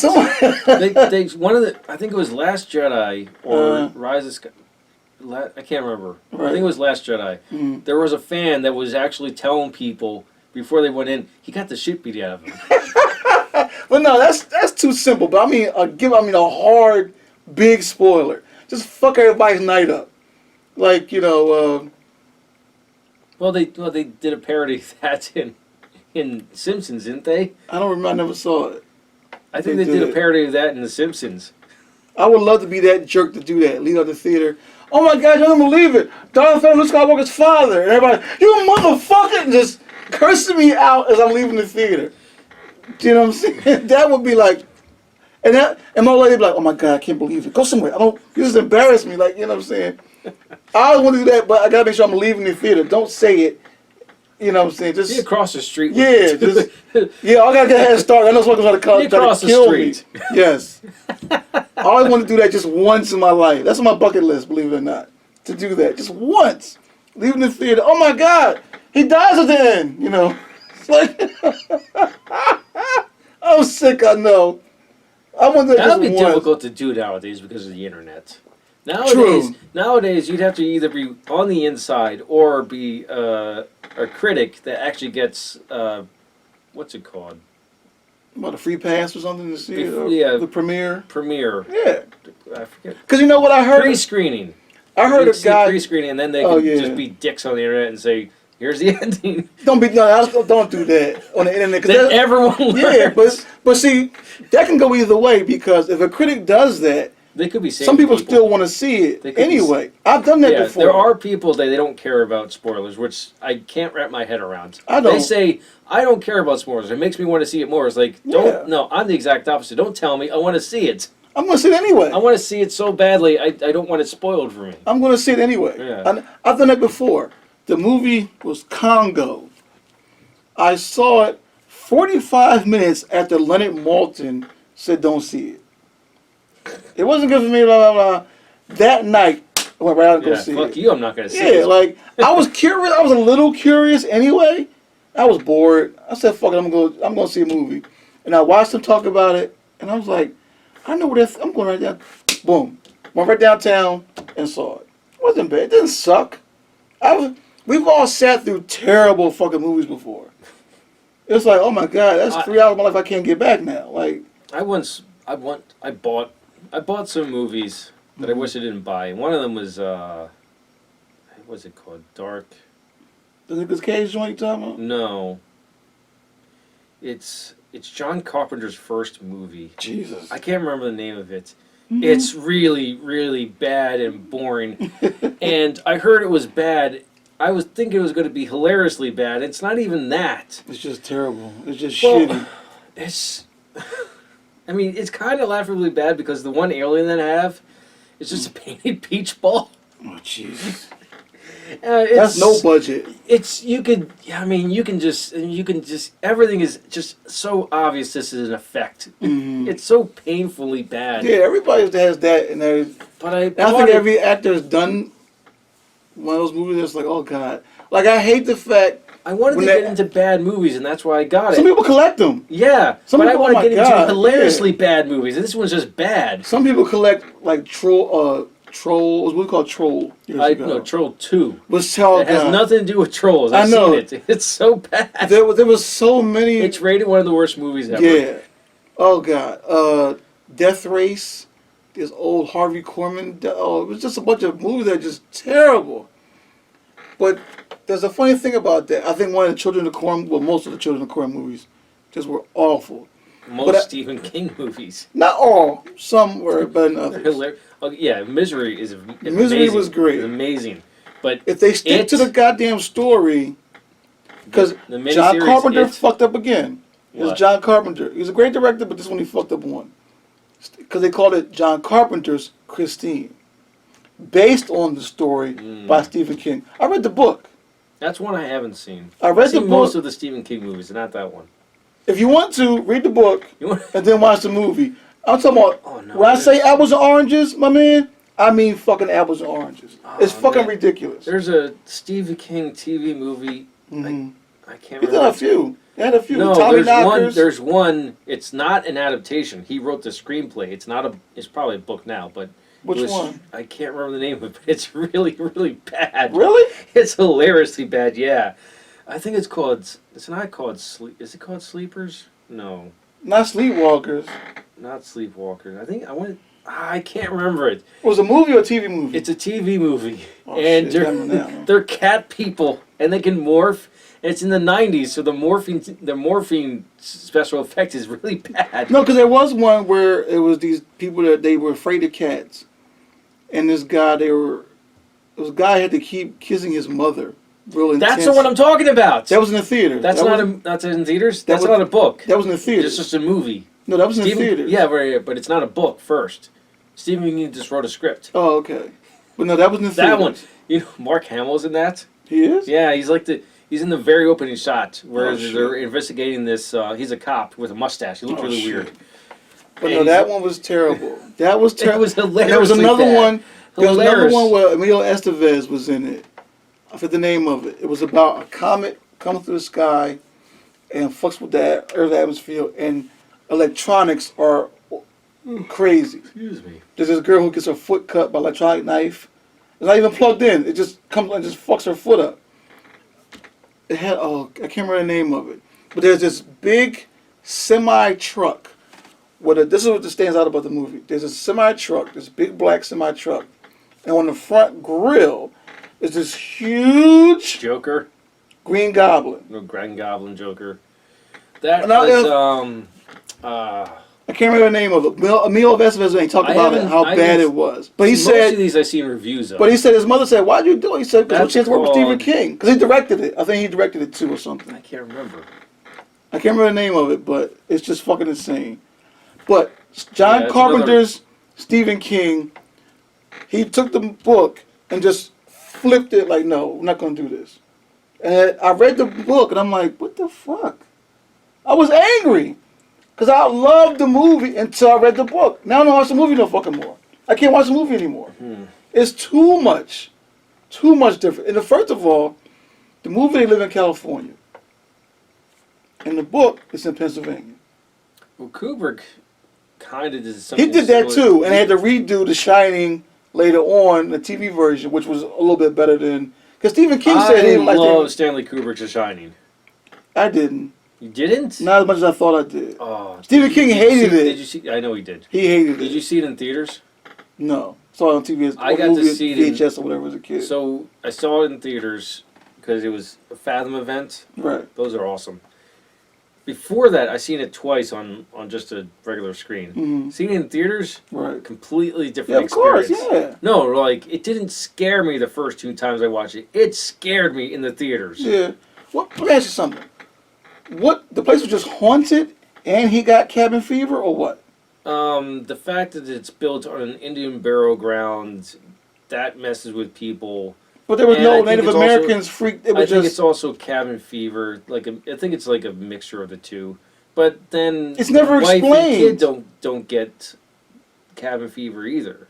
Right. But he does. He does because he's the I don't know. Because he's the dude? Like, Yeah, like, I don't that doesn't understand. make any They wanted him to sense. play crazy? Like, because I remember hearing a rumor, and this might be true, that Stanley Kubrick kept purposely scaring the shit out of Shelley Duvall. Yes. Freaking her the fuck out. She had to go into therapy for that. Right. Okay. So the scene where Jack is coming through the door. She's legit scared. That's not acting. Didn't she know what was coming? She did. Because she said it took like 4 takes for him to get it right. His arms were sore from swinging the fucking axe. No. They took multiple takes because Jack Nicholson used to be a volunteer firefighter. Right. He knows how to swing an axe. Right. The first few doors they put up were hollow doors. And he kept going He blew right through them. Oh, okay. So they put up a real wood door. Right. And poor Shelley, this woman's been distraught and like she's going out of her mind just filming this because Kubrick's being such a dick. Right. When they finally do this, they do it behind the scenes where she's going into the. She's like a, I don't know, glazed over, droned. She's just tired. Right. And Jack's like pumping himself up for the role. Yeah. But when he starts swinging and they start filming, right, she's legit scared. She's not. But she explained it as they had multiple takes because his arms were getting tired too. So I get that. I only heard that he was blowing through the door. Well, she said he was a legit firefighter and he knows how to swing an axe. Well, she said he was also tired from his arms. She said his arms were sore from take after take after take. But I did hear later on that Stanley Kubrick was being an asshole to her. Oh yeah. And was scaring her on purpose. He wanted to get that look on her face all the time. Yeah, he wanted it as authentic as a. Yeah. So you can't do that now because you'll have every fucking women's group. Well, I hear Tarantino's not that great of a director. I haven't heard that. He's not. Samuel L. Jackson would beg to differ. He's not Kubrick bad, but I hear Tarantino can be difficult. Every director can. Well, they're crazy. Well, Jamie Foxx said his experience with him was trying to get him into the mindset of being a slave. Right. I'm not going to repeat any of it because just YouTube it. It's probably out there, right. Especially the Joe Rogan podcast where Jamie Foxx is on it. He tells the story there, so just Google that. But yeah, he was like when he tried to explain to him, he helped him get into that mindset. Right. He berated him. He was really angry right, with him. I get that. Yeah. So that's why I hear that it's difficult working with Tarantino. Well, it's funny. Samuel Jackson would beg to differ. He got no problem with him. But as far as they're best buds. As far as the language thing goes, DiCaprio had a problem. He couldn't. DiCaprio did? They said he had trouble saying those words. Samuel L. Jackson pulled him to the side and said, "Motherfucker, it's just Tuesday for us. Okay? You can do this. For us, it's just Tuesday." Sam Jackson. So Samuel Jackson gives you permission. One of the best to say, "Come on, ever. Come on, push this shit out. We can do this. A couple takes, we got this." And you see how they play off each other, how they rehearsed it. I can see Sam Jackson just staring. No. This is just a funny thing that popped into my head. Right. Sam Jackson staring at Leonardo. Okay, repeat after me. Right. And he can't get it out. And he's like, just say, come on, we got this. Come on. I know how you feel, but for us it's just Tuesday. Come on. And he got it out. And he didn't use it that much. It was just getting there. And I think the scene where he hurt his hand, that was real blood. So I'm like, oh shit, like he really hurt his hand and just kept going. That's always really cool. Like in the Two Towers, we have Legolas, Aragorn, and Gimli looking for the two other hobbits. They find the spot where the orcs were had them. Right. The hobbits ran away, but they didn't realize that. They thought they got killed in battle. And Peter Jackson kept on trying to get this one shot of Viggo Mortensen kicking a helmet. Right. Well, the final take that they use in the movie, he breaks his foot on the helmet. And so when he kicks it and he kneels down in physical pain, right. But we think as he's emotional. He's emotional, and it works. Yeah, stuff like that's awesome. Whatever it takes to get the shot, get the emotion out of him, get the shot, move on. What are you gonna do? That's a take, everybody. Let's move on. What else you got? At one point, I had more about the Snyder Cut I wanted to talk about, but I kind of forgot what they were. I wanted to ask your thoughts on it. We gotta take notes. Well, next time I'm gonna say one thing I can. We'll get a legal pad. We're gonna go through shit like. One thing I can remember now is what are your thoughts on Steppenwolf versus the Joss Whedon version? I like this The version. design better. I like the design, but because I don't like the was- armor. I like the armor a little bit better. I think it looks like a can opener. It's like a gold porcupine or something. But I liked it better because it stood out more. And that gray, purplish looking Steppenwolf didn't do it for me. I understood I it. remember the other. There was like other stuff because there's No. he basically just like gave. But there's way more to dive into it. Hell yeah. It's We got. bugging me. I can't remember. Other than Flashpoint Paradox, what's after that? Is there any What clue? do you mean? Well, it kind of leaves open for. Now, there's supposed to be another Wonder Woman movie, though, right? Hopefully, it's better than 84. I'm sure it will. I'm But- sure it will. No, No, there is Aquaman. both- Other Aquaman movie coming out. Both versions are open up for the Legion of Doom. That would be interesting. But are they going to go through with like a Ben Affleck Batman where Deathstroke goes after They him? need to. That would be amazing. But see, here's the thing. And You don't want it conflicting with Robert Pattinson one. And- We've been through okay. that before. Okay. So it needs. If his is going to happen, it needs to happen for HBO Max and only HBO Max. all right, The so- one that Robert Pattinson won, Warner Brothers is determined, come hell or high water, this will be in the theater. They don't know when. The Batman? Yes. Okay. They're determined for his version to be in the theater, come hell or high water. The Ben Affleck one, the big rumor was HBO Max wants him to do it for them. So they're okay with the budget. Here's the funny part. The script is on his desk, in his office, in his house, wherever the fuck it is. It's signed, sealed, delivered. It's done. And it's good. But Warner Brothers is like, mainly because of the Robert Pattinson shit. You just made remember Martian Manhunter. What Right. are your thoughts on him just kind of being there? He's not ready to be. He's not ready yet. Yeah, but he's He's not ready yet. That's one of the things I think they could have removed from the movie. He's not integral to the story at all. Enough, just enough that you could have. No, not even that. Like you could have removed Lois from the movie. She was useless. You hated her through the whole fucking movie. Well, I saw she's your just review. being She's sad. She's just being sad. Oh, She's- I miss Clara. Well, of course she does. What the fuck? You She could- had the Man of Steel, and now he's gone. I do say they could have made an entire movie out of that. It would have been different, Yeah. but it would have been a movie. You could make a movie where Lois is mourning Superman, and it could be somewhat fantastical because it's still a comic book movie. And then right. maybe they could do the Superman, the Rise of the Superman. That would have been there's a movie. There's you a could budget. Have you could The have fuck? Lois being sad, Right. and then you can have the Rise of Superman. That would have been good. There's another movie they could have done. Cut the check, baby. Cut the check. I had another train of. I just had it. Martian Manhunter didn't bother Yes. me. I liked the Martian Manhunter just enough. It wasn't. He's only there to get Lois to And then go shows- out to Superman and calm Superman down. Right, and then Whoop-de-doo. and then he talks to Bruce They did Wayne the at the same end. thing with Martha. Talks to Bruce Wayne at the end like, "Yo, something's coming. We gotta talk." Blah blah. So I get it. And this is where you can tell that Okay. it was a reshoot. The end credit scene with Martian Manhunter and Ben Affleck. Right. Ben Affleck is tiny. Really? Yeah. I didn't Compared notice. to when through the rest of the movie, Right. he's so tiny. Really? Oh yeah. I didn't notice. You could tell that it's a reshoot. So they And got he's him. not really acting either. It's like, okay. So he was. So We'll keep in touch. that shot was taken before he hit the gym. You're saying? Yeah. Oh, okay. Yeah, this is after the Snyder. So Snyder Cut had a bunch of stuff to put together. He just needed to put it together. But the Martian And then, Manhunter thing. and then Joss Whedon came in Mhm. and said, "No, this Yeah. condense. Here we go." It's like clean out your closet. So- So gotta go. But there were some reshoots. A little more difficult to tell what some of the reshoots were because I Right. don't know if the Joker part was originally supposed to be in there, I don't know. which was pointless.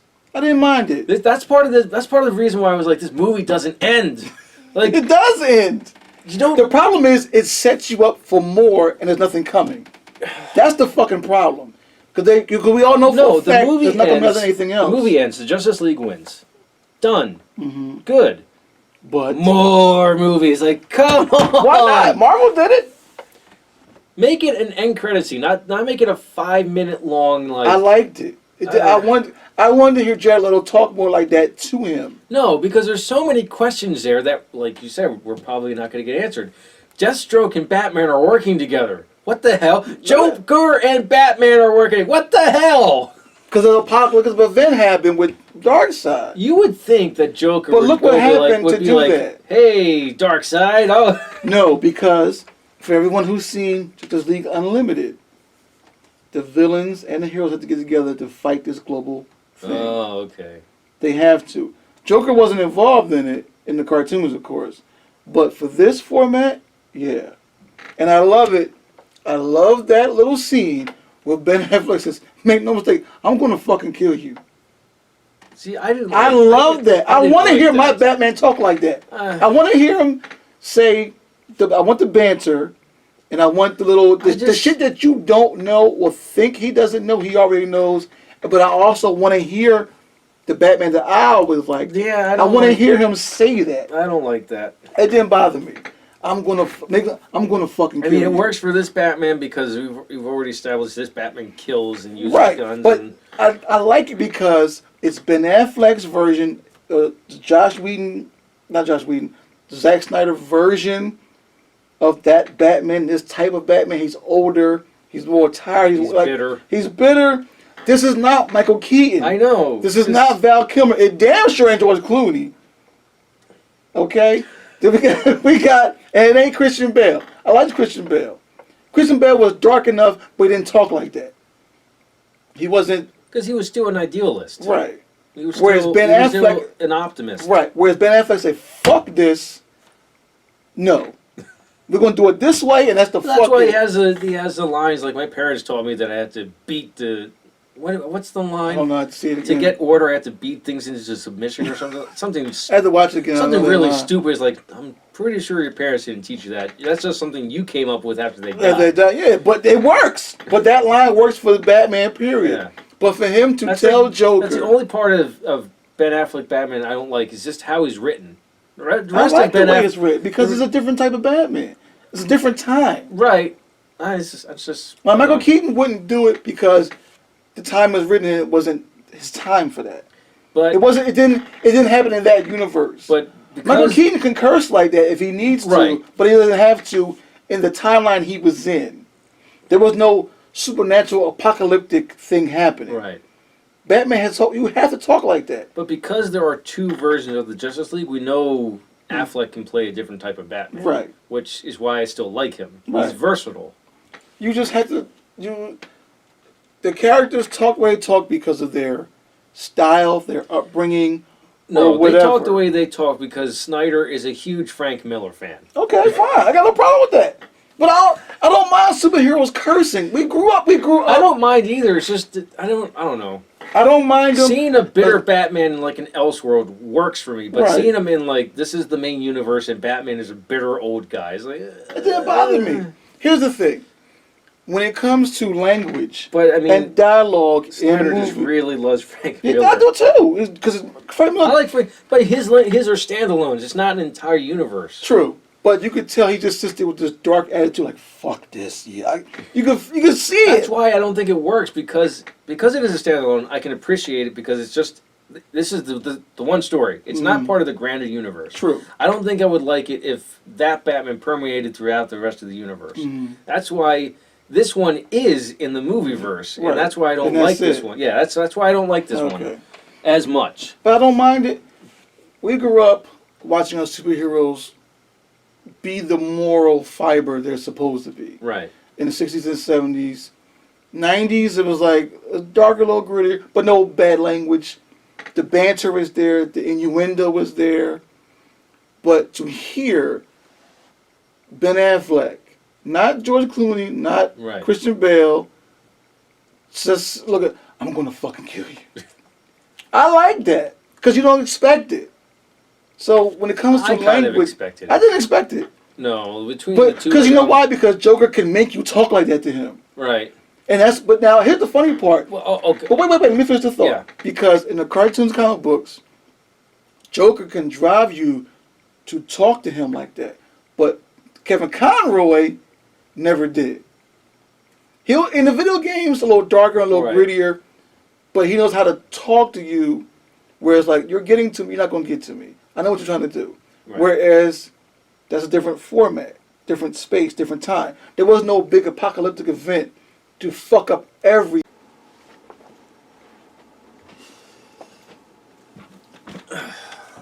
And we're back. All right. Ran out of SD card again. Again, go figure. We're just ramming here, people. Stay with us. I know it's difficult. Just stay with us.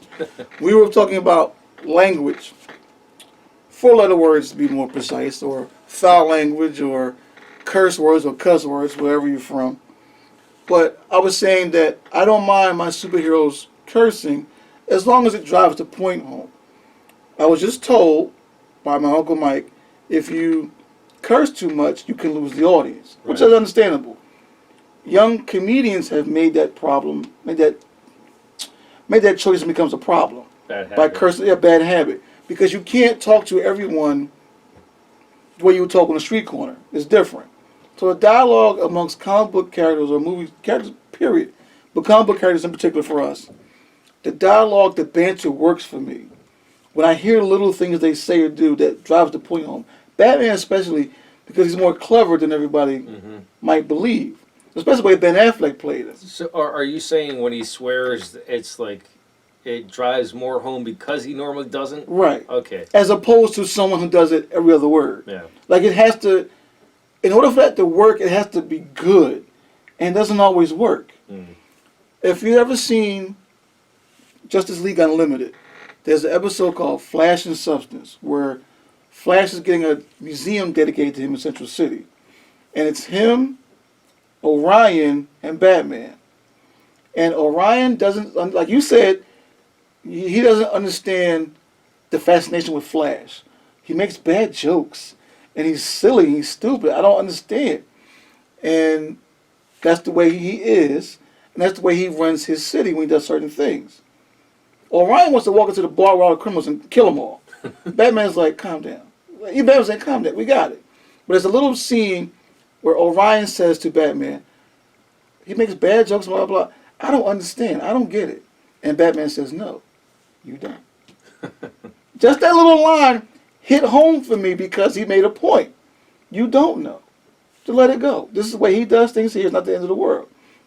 There's another episode of Justice League where someone tried to shoot and kill Aquaman. It's not Deathstroke, the other one. Deadshot? Deadshot. And Batman pulls him to the side because he won't talk. Batman says, let me give you one word of advice. And all you hear is, like that. He said, okay, I'll tell. Wonder Woman walks up behind Superman and says, what did he say? And Superman says, you don't want to know. I love that little cleverness in that dialogue and that banter like that. Any movie. It's never so much the big climactic scene that gets me. Sometimes it's the little line in between. That's not even a major scene. Conan, the first Conan movie Arnold Schwarzenegger did, where his father has a sword, and he's telling about the God he should worship and all that kind of BS. Right. Oh God. But he says he's telling his son, in this world there's nobody you can trust. Not man, not woman, not beast. This you can trust. So that is what drives it home for me. That, and another similar scene with a sword, and everybody's seen this movie, Braveheart. The scene where William Wallace was a child. That's a great scene. Yes. Where he picks the sword up, his uncle says, no. First, learn to use this. Then, I'll teach you to use this.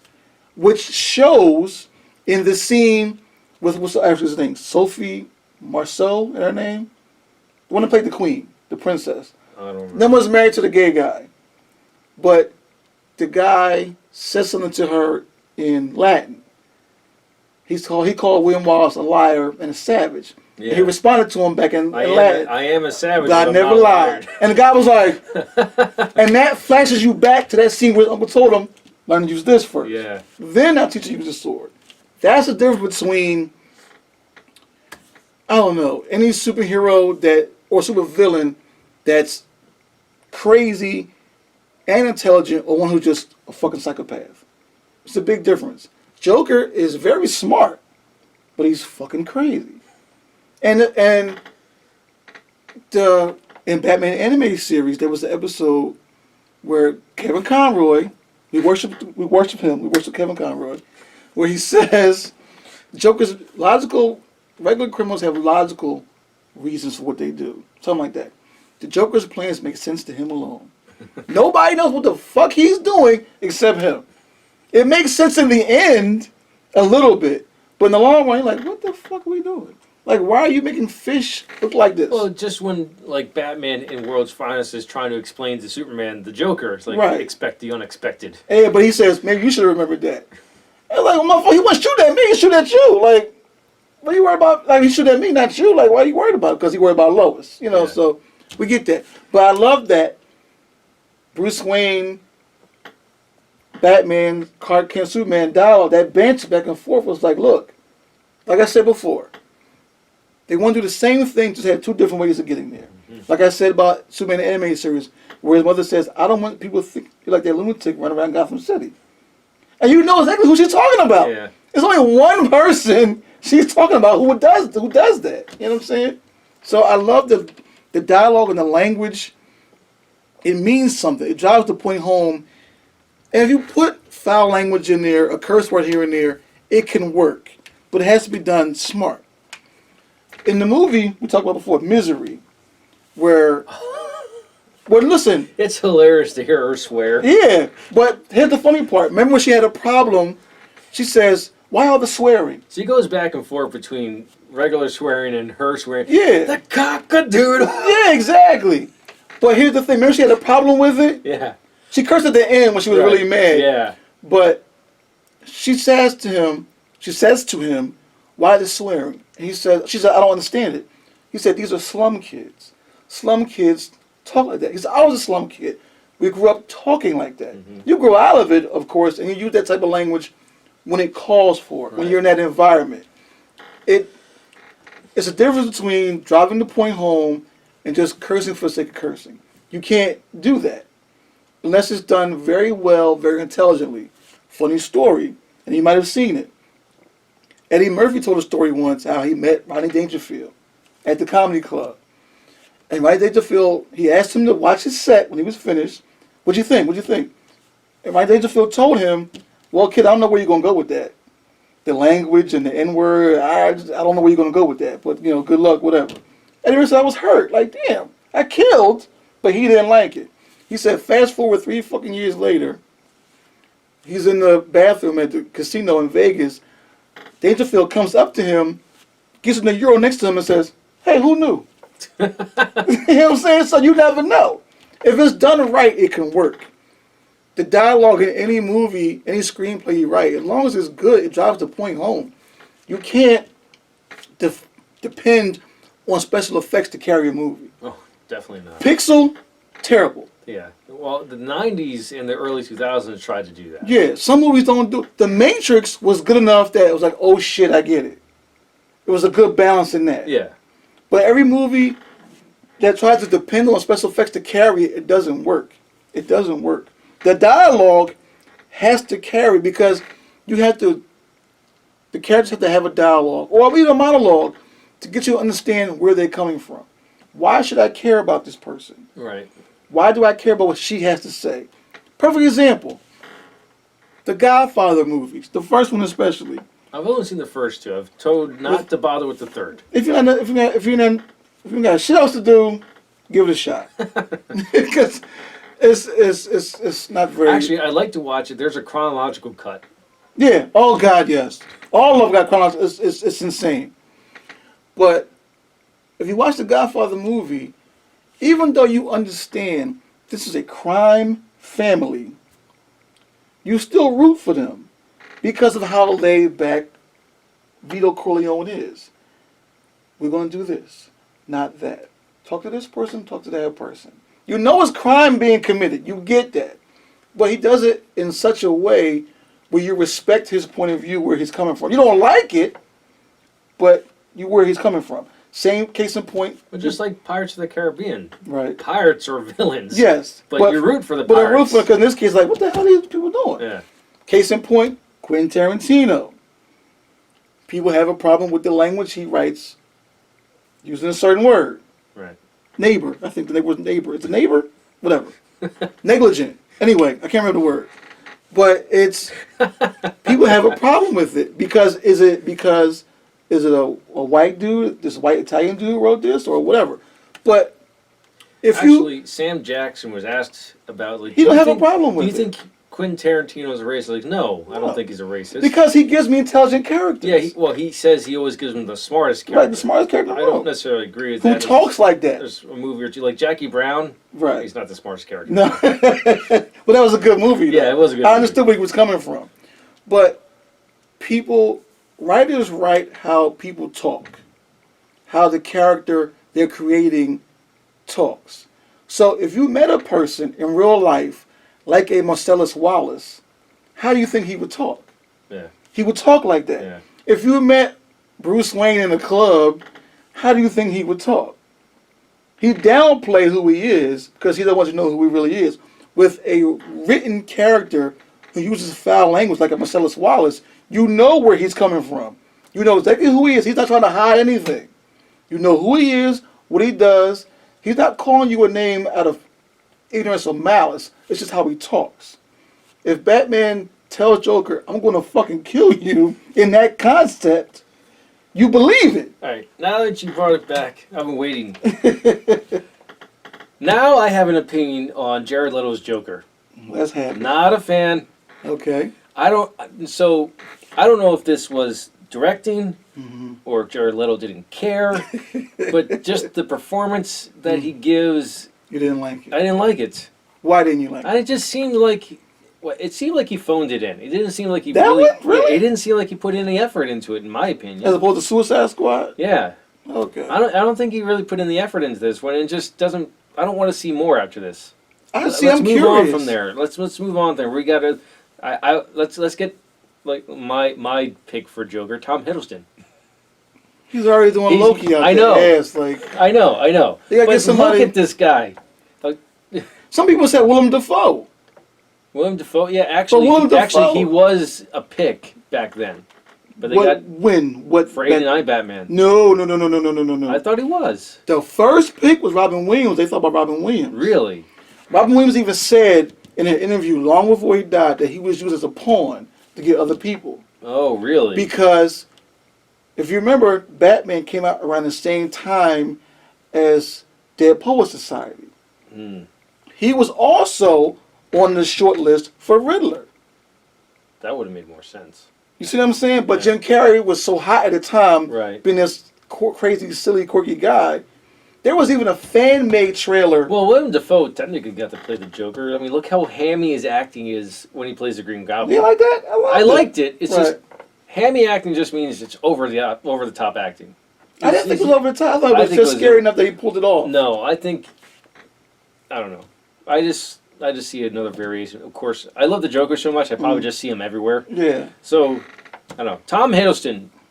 Look at the smile. Ain't gonna happen. Google Ain't Tom gonna Hiddleston happen. from the first Avenger movie, and the smile. He has the Ain't facial gonna structure. fucking happen. You'll see motherfucking I know Tom it's- Cruise I know it's not play gonna happen. Joker before you see and Tom Middleton. I know it's not going to happen, Hiddleston. but technically he's already playing him because Loki's the god of mischief. Right, so right. technically, but just look at Tom Hiddleston. He looks like the Joker. It'll never I think it happen. would be perfect. You'll see motherfucking Billy D. Williams play Joker.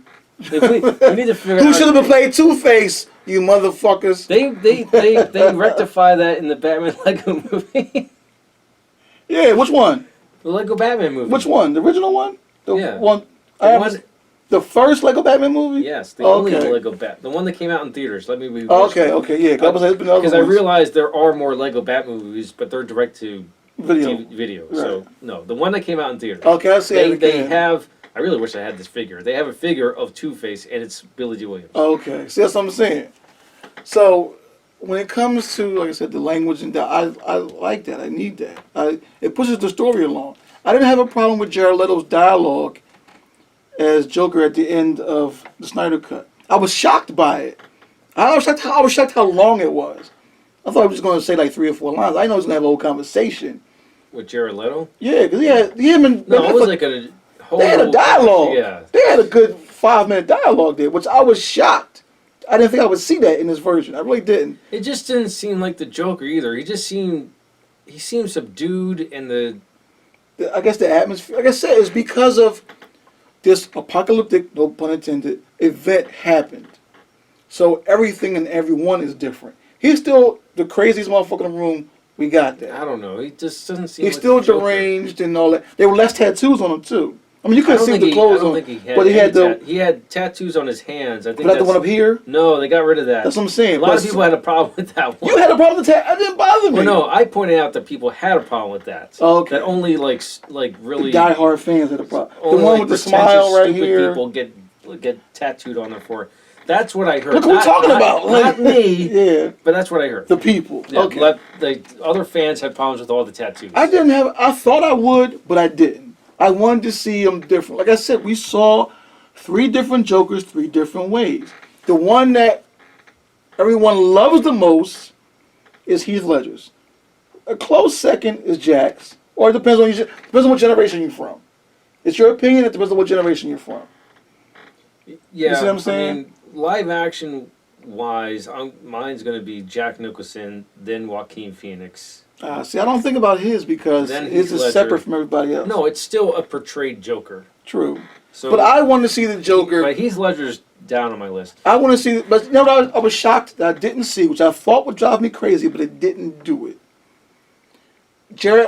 Heath Ledger's Joker, there was no accident. No chemical accident. Oh yeah. He was just Just fucked up. sociopath. Yeah. Right, but so was that deliberate? I guess. Not So, to have the chemical accident. It Not was, to have it was the deliberate gunshots. because Nolan was trying to go for as realistic as Possible, right? So there was no. Yeah, so I That's guess. why That's why with Ra's al Ghul they didn't do the Lazarus pits because they could have totally done the Right. Lazarus pits and had Liam Neeson come back. Yeah, But they didn't do that, No, that'd have been. and they messed up Bane in that. We haven't seen a good adaptation of Bane. No. We have the campy version where the only thing they got right about it was he was on some kind of venom and they beefed him up. That's the only thing they got right about it. Barely. And then Barely got it right. Then you have the Tom Hardy version. That wasn't bad. It's not bad, but it's still not Bane. He's just a big dude with a face mask. So you wanted to see him physically get bigger, taking the venom? And they could have done it. And they didn't do venom. They could have. They just did he had a breathing problem. Right. They could have done. They could have done that realistically. They could have done the Bane that was a science experiment in a South American prison, Right. who is obsessed with Batman. Right. They could have done that story realistically. I don't know why Nolan didn't do that. I guess because he likes being original. Well, there was a rumor that they want to do it again because if That would be a great story. See Nightfall. yeah, They could do it. they could do that. I would like to see it. They can. It's a 3-volume comic book. Right. But they could do it in 2 movies. Okay. Well, But here's the thing. 3 movies. 3 movies because it would be amazing. Right, but guess what? It's gonna be Robert Pattinson doing it. I don't So care. you better get used to it. I don't care. Okay. I'm like I said. Because it can't be Ben Affleck because Like he's I too said old. in our last That time is conversation, different. I'm for Pattinson. Right. I mean, You ain't convinced. No, I'm convinced. You are I convinced? like it. Okay. Yeah. You don't remember our conversation. No, but I thought you weren't. He's like, far enough away from the Twilight bullshit. Yes. I seen the trailer. Oh, that's right. Tenet. I saw turned- Tenet. Yes. Tenet is what did I it saw for the you. trailer in Tenet. I was like, Okay. yes, I'm behind this guy. Okay, now you're behind this guy. And okay. it would be great. You could definitely do Nightfall in 3 volumes. So Nightfall, like, they fight. Batman breaks his back. Right. He hires. It was Azrael. Well, no, first for a John while. Azrael or something like that. He hires him and goes crazy. John and Paul. You can get Nightwing come in at the beginning of the 3rd act or towards the end of that, and then the whole. Here's the problem with that. Uh-oh, Let me here play we go. devil's advocate for a minute. You have to convince everyone that Robert Pattinson, by this time, by a 2nd or 3rd movie, he has to really portray himself as a grown man. Because no, hear He's me only out. like in his mid-30s, like me. Well, I'm saying the character, the way he's playing Bruce Wayne a little bit younger though. Well, you'd have to do like more than just 3 movies. That's what I'm saying. With the, you can't just start out with the Batman and then go into Bane. You'd have No, to do, no. This would have to be like The 3rd one. That'd be This the would have to 3rd be a one. huge saga. That's what I'm saying. So you would have to convince everyone that Robert Pattinson is this grown man who is not opposed to having this teenager around him before he becomes Nightwing. You can't just bring in Nightwing and have him be there with Batman. You gotta explain that first. Yeah, that doesn't work. And here's the thing. Unless it's Teen Titans. And even that's pushing it. Because you have to... Everything has to match to a certain extent. Right. I thought height... It would work with height is negligible on tape. It would work with Ben Affleck. Right.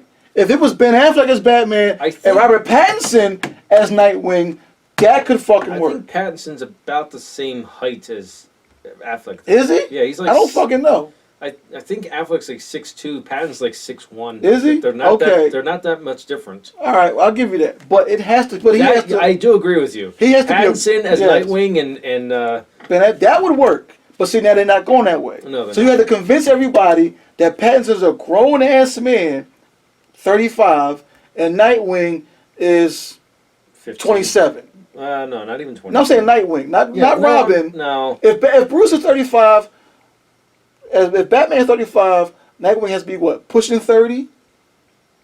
He's older than him. We're talking about a big brother fatherly thing here almost. So we're talking... I'd go 25 then. Okay, so if Nightwing is 25, Bruce got to be 35, give or take. Yeah, because that's generally the consistent age difference between the two. At least 10 years. So you fatherly figure that's kind of like a big brother, but he's more fatherly figure. Right. Yeah. So you have to convince people, and Robert Pattinson has to pull this off to play a grown-ass man. Right. Not a young man in Twilight, not a younger dude in Tenet, a grown-ass man here. Right. An adult holding it the fuck down. They'd have to, I don't know, the movies have to be successful first. Exactly. So and it has to be successful. Of course, they could just make a trilogy of just Bane. It wouldn't make money because because only the fans would see it. Yeah. But Robert Pattinson... Actually, animated side, get on the Nightfall series. There you go. Say it again. Nightfall. Let's have it. That would be amazing. Done every fucking thing else. Watch that. You're already doing 2-parters. Why not do 3-parters? A 2-part Nightfall. A 2-part Nightfall. Rated R. Yeah. Oh God. That would blow my skirt up. Okay? That would work. I'm telling you. And do like a double Killing Joke. Before you put it in theaters, put it in theater one night. Before it comes out on video. Oh God. Are you kidding me? If they're going to do a 2-parter, they have to do both of them. All right. Unless they do like both of them in theaters a year apart from each other. I'd still go. That might work. We'd still go. Yes. Are you fucking kidding me? I'll call out work and anything. I'll call out work. Taking a nap all day. Be there with bells on. Yes. Oh God Almighty. Now, would that be? Now, even though it's animated, it would be a hardcore R-rated anime movie. Would that be a popcorn movie? Or would that be cinema? I don't know, because cartoons in general aren't seen as adult, even though there's plenty of adult content out there. Lord have mercy. Yes, there is. But it's like, so okay. Oh, The Little Mermaid is a popcorn movie. The Secret of Nim, that's cinema. Yeah. Whew, God Almighty. That is, I said 1,000 times, that is apples and oranges. God Almighty. That is two different fucking things at the same. Oh God, that's just crazy. So we are sold on, okay, people. We want this. We want a Nightfall animated movie to hold us over. We want Robert Pattinson. I'm surprised they haven't done it yet. So iconic. Somebody, I'm sure. That's the thing. Can you imagine, anybody, can you imagine the emails and handwritten letters they must get every fucking day from people like us? Yeah. I'll write, look, dear Bruce I wonder Timm. how many of them are like these fans that go so far to actually write a script for them. I'm sure somebody has. Like, I don't even want the credit or money. Just do this. Just do this. Just write this. Dear Bruce Timm, please, please, please, please, make an animated version of Nightfall. Thank you. Steve McCall. Here's my phone number if you want to talk. Why not from Walter Tisdale? Either way, I'm just saying. But put your phone number on it. In case you want to talk, well, I'm up all night. Who's this weirdo, right? You know what I'm saying? Call you anytime. Like, really get a life, dude. Like, So, that's what we want. The language got to be right. The dialogue got right. The banter between the characters got to work. It all has to come together perfectly. Like you say in the A-Team. I love it when a plan comes together. And when you see a good movie that does that, you can tell everybody did his or her job to the best of their ability, and it comes out. Even a shitty comic book movie, they do it with the best intentions. It just doesn't come out right. It doesn't. Joel Schumacher went into it with the best intentions. It just didn't work. It just did. The best intentions was steal. Shit went through. I haven't seen that movie. You ain't missing nothing. I seen a review of it, and it just looks horrible. I never bothered. And I know it's a terrible thing to say about a movie we haven't seen, but come on, really? There's some movies you just Isn't know. it Shaquille O'Neal? Yes! Because when he was first in the NBA, and he was getting these little movies here and there just because based on his size. Steel, Kazam. I've only seen Kazam. Oh, that's bad. I'm going to pray for you. That's bad. Kazam was terrible. Blue Chips was more to his strength because it was about basketball and it wasn't all on him. But he was just getting these roles just because of his size alone. I thought he had enough charisma to do it. The movie just was terrible. Kazam was terrible. A genie in a fucking big-ass radio. Leave it to the black genie to be in a big-ass boombox. Like, come on. You know what I'm saying? It's clever. Was that a children's book or something? Or just that was somebody just wrote that? I think they were just trying to just capitalize on his size and capitalize on that and Aladdin. I think it came out after Aladdin. I'm pretty sure it came out after Aladdin. Oh God! What Aladdin? The animated movie? Yeah. Probably trying to capitalize on Aladdin. I don't know. We could do that, but we could do it with Shaq. Why not? Like, oh God, that was just terrible. Steel, because I remember Siskel and Ebert used to have this segment on their show where they would listen to people's opinions on what they just said, or what movie they reviewed, and they would answer back. And this one guy wrote back to them saying he thought they were a little biased about Space Jam because they're Chicagoans. Well, that's Michael Jordan. Right. But that's what he said. They're redoing that, or they're making a sequel? It's coming out. Another legacy with LeBron James this time. So it's a sequel? Quote unquote. But Michael Jordan's not in it. It's just LeBron James dealing with the same thing Michael Jordan did or whatever. But here's the problem. He said your opinion's kind of biased, I think, because you're both Chicagoans and the Space Jam, Michael Jordan, blah, blah, blah. And Gene Siskel said, no, we're not. Space Jam had a lot of heart. It was well written. It wasn't all on him.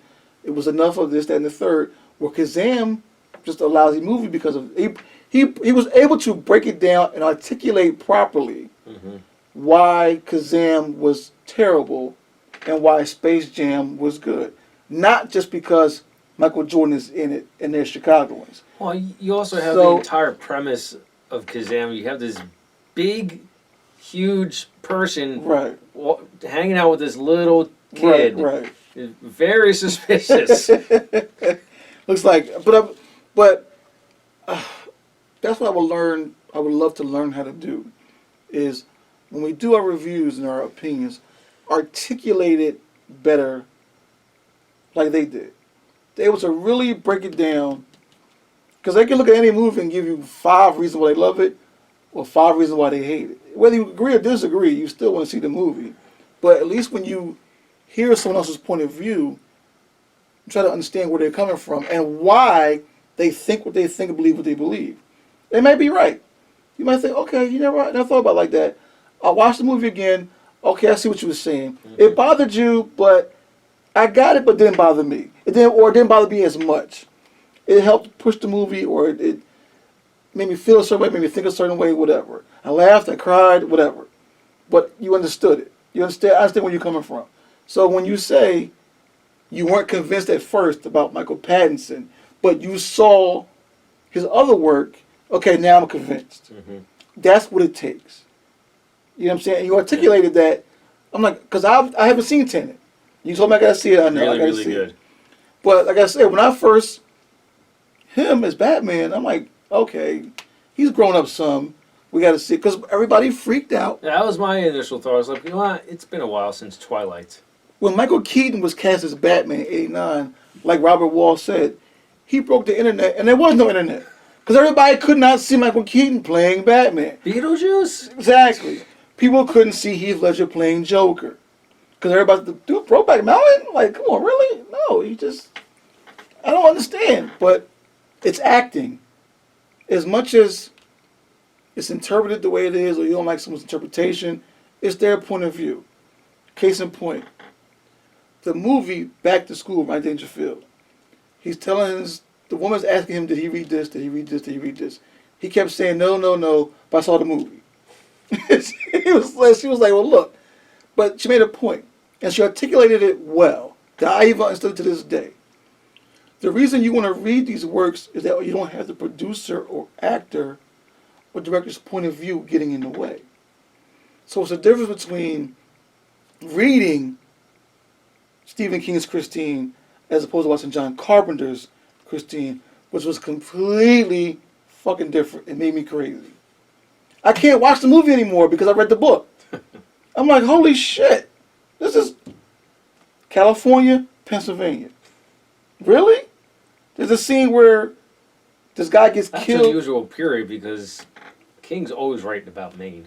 Right, but that's supposed to be Pennsylvania. Like, what the because there's a part in the book where they're arguing where someone is saying they're more of a Pirates fan than a Phillies fan. I'm like, oh shit, like, that wasn't in the book. There's a part in the movie, I can tell you because you'll probably see no time soon, where this guy gets killed in the car. He gets choked to death. The seat pushes him up against the fucking steering wheel and kills him. Mm-hmm. In the book, the car runs him the fuck over. In his house. Like, what the fuck? Like, so it's like you have the perfect book or script, but you just say, ah. So that's why I say it's John Carpenter's Christine. Then it says based upon the novel. I'm like, no. No, that's why it's always referred to as Stanley Kubrick's The Shining. Right. Because it's not Stephen King's vision of The Shining. His version. That movie's crazy. They were writing the script like daily. So I don't understand. It would change all the time. Wouldn't that piss you off though? What? Well, it pissed Stephen King off, but at the same time, yeah, there's nothing he could do about it because you signed it over already. I don't know. I don't know the legality of what happened between the rights of the story. That's or what I'm anything like saying. that, but when that happens, if that does happen, and here's the book. It's a top 10 bestseller. Is 5 years later, Steve McCall's gonna write the fucking movie about it. Okay, great. Most book to movie adaptations aren't true. I mean, you can get close, right? But you can't put everything in. Yeah, I understand like that you can't put everything in. The closest book to movie adaptation is probably Lord of the Rings. Godfather. I didn't know there was a book. Oh, Playboy! Oh God! But no. In the behind the scenes of Lord of the Rings, they go step by step. Like I mean, the people who wrote it, people who worked in it, they're fans of the book. You ever see the animated movie? No. The Hobbit? No. And it was Lord of the Rings animated movies years ago. I know about them. I just never watched them. Yeah, but in the behind the scenes of Lord of the Rings, they go step by step. There was logic behind what they kept and what they tossed out, and what they combined to make it flow better. Right. So I understand for a book you can't put everything in, but don't leave stuff out because you're so much pressed for time where it doesn't match, doesn't go. I get that. But don't take the original book and just turn it over on its ear and say, fuck it.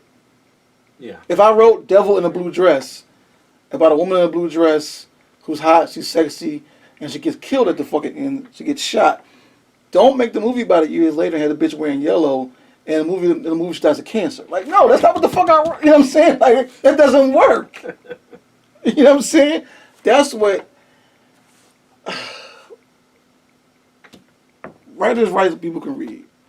Make the movies so people can see the vision of it coming. You already have it in your head, but to see it on the big screen is a big deal. It's the words come to life. You want to see it, but you want to see it done right. And we all know there's been movie adaptations of books that's like, what the hell is this? And there's some that's like, oh my God, that's been wonderful. And then there's some that are like, well, she was really 6 feet tall, not a midget, but okay, whatever. You know what I'm saying? Little things you get, you let slide here and there. Little things, like for instance, in The Godfather, the scene where his first wife in Sicily gets blown up in the car. In the book, she was like 4 months pregnant. You see what I'm saying? When they did the timeline, when they put all the extra scenes in, the guy who set her up did get killed in his pizzeria. But I think he got killed in the pizzeria by a gunshot, not a car bomb or something like that. So there's little things that are here and there. Like, okay, I get it. Godfather 3, which I know you probably won't see no time soon. Andy Garcia plays Sonny Corleone's illegitimate son. In the book, there was no son. There was, it was made up for that. They showed the girl. Supposedly, the girl that Sonny was banging at the wedding, in her apartment. That's supposed to be his mother. That was his mother. Isn't she was in it? As a matter of fact, Ford Coppola's daughter in the third one? Yes, and everyone across America hated her performance. She's a director, I think. Yeah, she's a director now. Oh, she's awesome as director. Just don't put her in front of the camera. But her performance, everybody dogged it.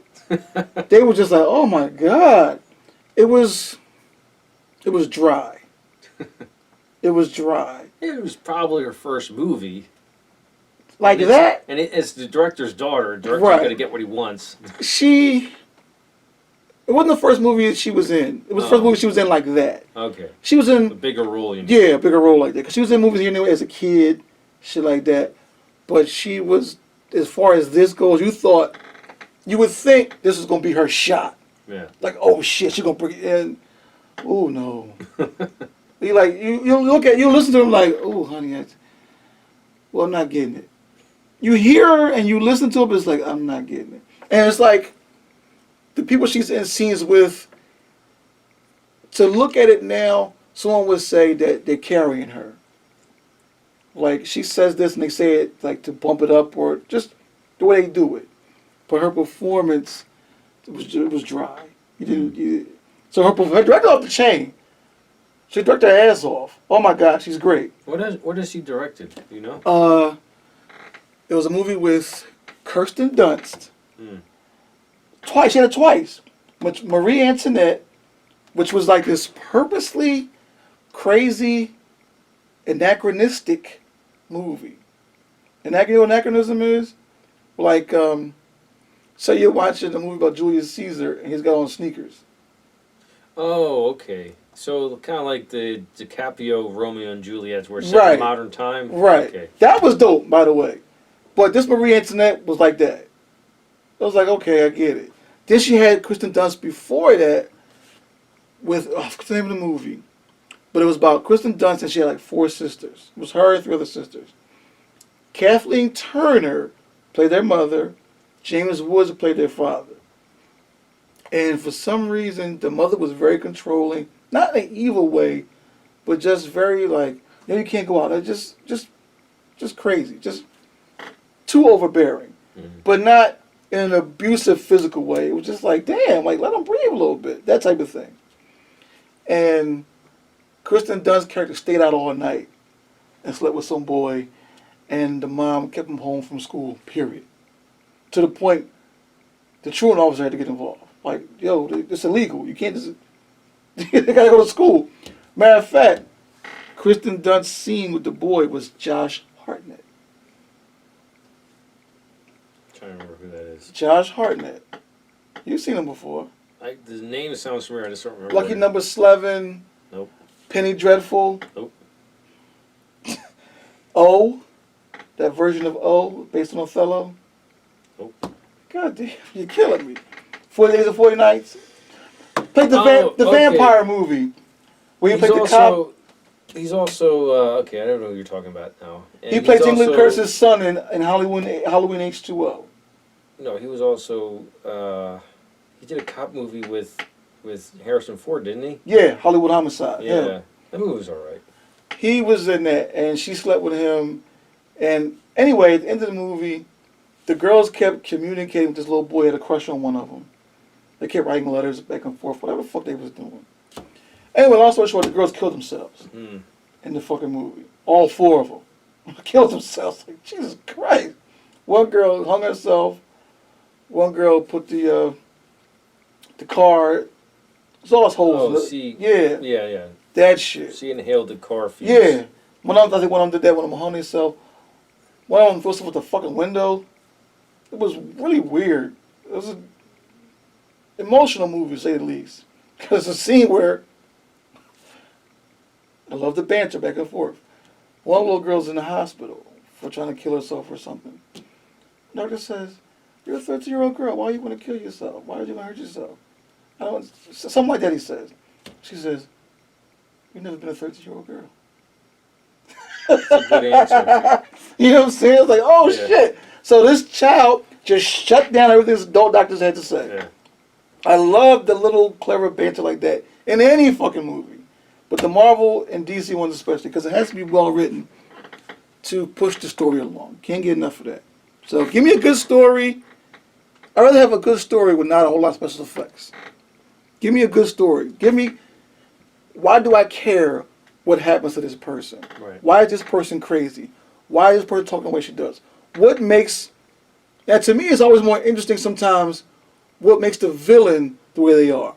Like what happened to this person Yeah, good villains are difficult to come by. to make them so fucking crazy, or they throw in the towel and say, fuck it all, Yeah, I'm going to do this. When you can understand the villain's point of view but disagree with it, that's a good villain. Right. You understand it, but it's like, what the fuck? Like, the Joker, your favorite. In the 89 Batman, you understand it. He wants to be in charge now. This old man, who I should have been, I'm banging this girl, so I might as well get the whole kingdom. You know what I'm saying? So, that works. You understood where he was coming from. Heath Ledger's was, I'm going to cause pure fucking anarchy. And Michael Caine described him perfectly. He is the one that wants to watch the world burn. You can't bargain with him. You can't bribe him. You can't bully and intimidate him. I don't give a fuck. You want to stop me? Kill me. Now, as far as Joaquin Phoenix's version goes, I don't know what that's going to be. That might be just standalone. It has to be. His is just like the system's broken and... Right, but here's the thing. They left it open for another one. And they showed... Really? They did, because he got away. The city's in chaos, and he's got away. So that... I think that movie's just left to complete interpretation. It has to be. Did the movie happen, or did he just tell a lie to the therapist? Did he really escape, or is that in his head? No, all that happened. I think the movie's left open. The part that was only in his head was the part with the girl. In his head, he was dating. He was in his head. Yeah, I know. He was on dates with this woman, Yeah. and nowhere near this woman. Right. Nowhere near. So I think the rest of it was real, but the part that I didn't care for because it made me think there's gonna be another one is the classic scene of the Wayne family leaving the theater, and boom. Why do we have to see that in every Batman movie? That wasn't a Batman movie. That was Joker. I know. I know.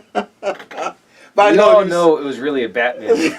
But that's what I'm saying. The fact that you saw that, it's like, oh god, are they gonna go this like? Even this is a problem even with the animated stuff. They just love showing in your face. This is how his parents died. This is why he does it. It's like we know, especially the people watching the animated movies, Yeah. which is probably 99% fans. Right. We know.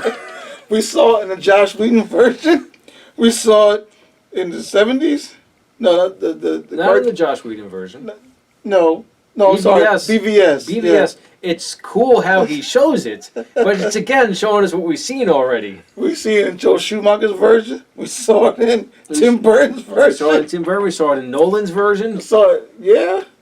And the animated cartoons did it too in their own. They cartoon. did it clever. They have to. They did it clever, you have especially. to. What is it? Perchance to Dream? Yeah. I think is one. No, it's definitely one of the ones where he's being messed with. Yeah. I'm pretty sure it's Mad Hatter. I could be wrong. But each time it happens, the cartoons have to glance over it in a way where I think it is Perchance to Dream. where it's understood. The point is, the animated series did it cleverly. Right. Like the one part where it is Perchance to Dream. I'm pretty sure he's in this mind controlled by the Mad Hatter, Right. You see his parents enter this. No, they're alive. Yeah, but no. Oh, so it's different. It's a different episode. Okay, Batman's mind's messed up. He sees his parents, and it's like a flashback or something. but they can't hear him or anything. They go into this tunnel that becomes a gun. So when you're doing stuff like that, and it's part of the story, not just retelling the same thing, just him having a traumatic moment, that's good. Right. But don't this is how Batman becomes Batman. It's like, yeah, we know.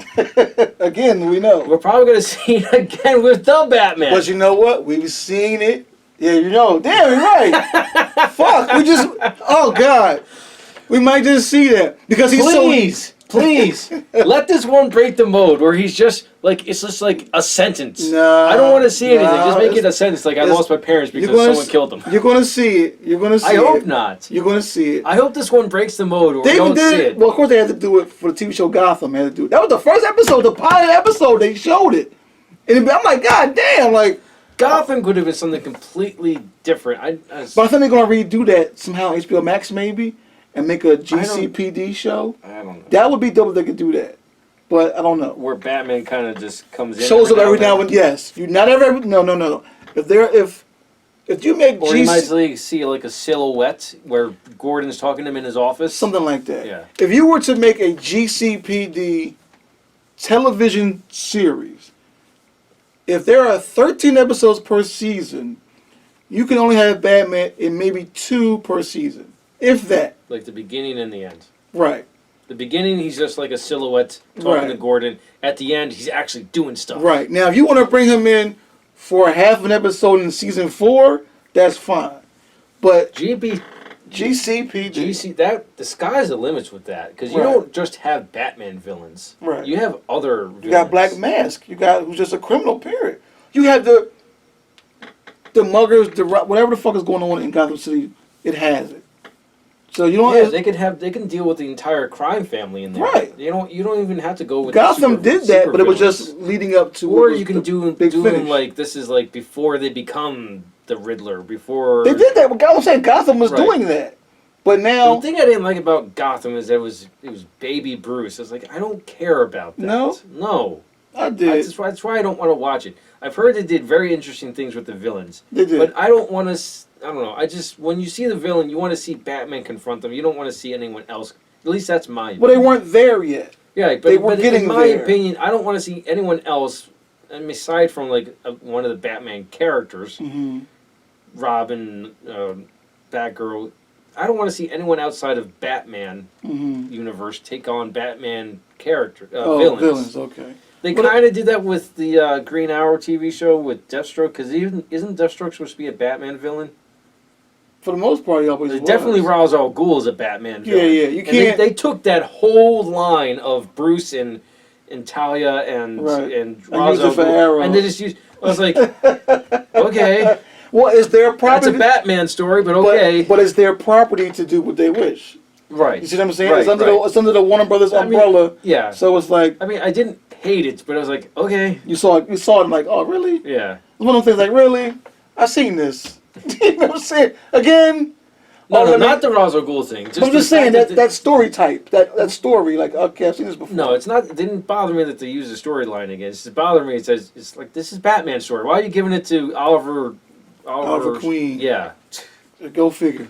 They can do whatever they want. It's their property. Right. Whatever. We don't have to like it. It worked. It worked. I give you that. It worked. And I was like, okay, I get it. But if a GCPD or a Gotham, that would be an interesting show. Gotham showed them. Then you could have Harvey Dent. That would be interesting. Gotham did that, but like 2 scenes. Like he was still ADA.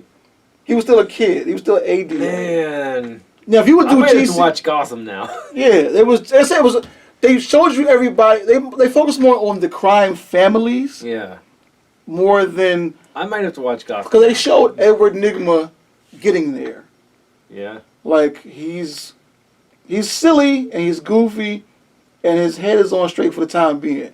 But then he gets there. We talk to stuff in the mirror. He gets there. Oswald Cobblepot is what it is. He's working his way up the ranks. He's a nobody until he's working his way up. You see what I'm saying? There's a scene where they kill somebody. First of all, Oswald Cobblepot has no problem killing anybody. That's a knife, a gun. It is what it is. He will do it. He can do it. They got this dead body in front of them, and they want to send a message. So you're like, what the fuck are they doing? he goes over and he has an umbrella. And the next time you see the body, there's an umbrella in his fucking mouth. It's like, what the hell is this? So that was, it ended with him becoming Batman like he was 10 years later or whatever the fuck it was. I heard they did some... It was interesting. Did something very different with the Joker. Right. That the guy was actually twins or something like that. One died and the other twin becomes... Right. It was weird. You got it because it wasn't... Because there's no definitive... It sounds like the most different story for Right. Joker. Because it's like, what the hell is he doing? And then people were following him and worshiping what he was doing. It was a scene where Harvey Dent was an ADA, but he still had the coin. All right, kid, look. Heads, you're going to jail. Tails, you're going to jail. Heads, you're going home. It's heads, go home. But, of course, nobody knows who had the coin in the first place. So, it's there. Poison Ivy's a kid, and then she's this, and she's that. I thought it would get campy, but it didn't. It was borderline, like, okay, I get where they're going, but I don't care for that. But I might actually... it needs to be... If HBO Max could get it, it'll be a more hardcore story. It'll be a more hardcore story. Because it'll be a cop show where it takes place in Gotham City doing what they do. I might actually watch it now. I gotta hit the head. Yeah, go ahead. Ah, shit. Old man. Yeah, tell me about it. I still got it, though. All right, what we got? You got anything you want to... I can't think of anything else right now. We covered language and dialogue and banter and the characters. We covered quite a bit. Quite a bit. I can't think of anything else off really right now. Just give us a good story. We like a good story. Man. Keep it coming. Nightfall, please. DC. Warner Brothers. That would be awesome. An animated version of Nightfall. It'd be amazing if they could pull it off live action, but there's just not the fan. There's not. I don't know. I don't think Between COVID and the fuck upness of Justice League, it's hard to get that again. Because it's a difficult sell for it's a difficult sell. General audiences. Right, because we're still waiting on Aquaman 2. There's still another Wonder Woman movie that's due. I can't believe they're still making these. Yeah. The standalone ones were fine. Aquaman was dope. Wonder Woman 84. I need a drink to talk about it right now. Such a step backwards. Yeah, I need a drink to talk about it. I need a drink to talk about it. But they were good for what they were, and they're worthy of sequels. The problem with the ensemble cast of Justice League is it's a hard sell. Because thank God Aquaman and Wonder Woman, the first one, did what they did box office wise, and they were good to breathe some life back into the franchise, more or less. Justice League didn't do that. And like you said before, and you were absolutely right about this, there was no fucking build-up. Look what Marvel did. Captain America, Iron Man, Thor, Avengers. Well, okay, so... There was no build-up. Yeah, but I explained in my just plain review of the Snyder Cut, they can do it without the 3 or 4 movies before the big movie. But they should have the first time. The first time they should have got it right. So after Man of Steel, should have been Wonder Woman. Remember, I mentioned in Man of Steel, they have in the beginning of BVS, they have the whole scene where Bruce is in Gotham, Metropolis when it's getting destroyed. Right. Put that in Man of Steel.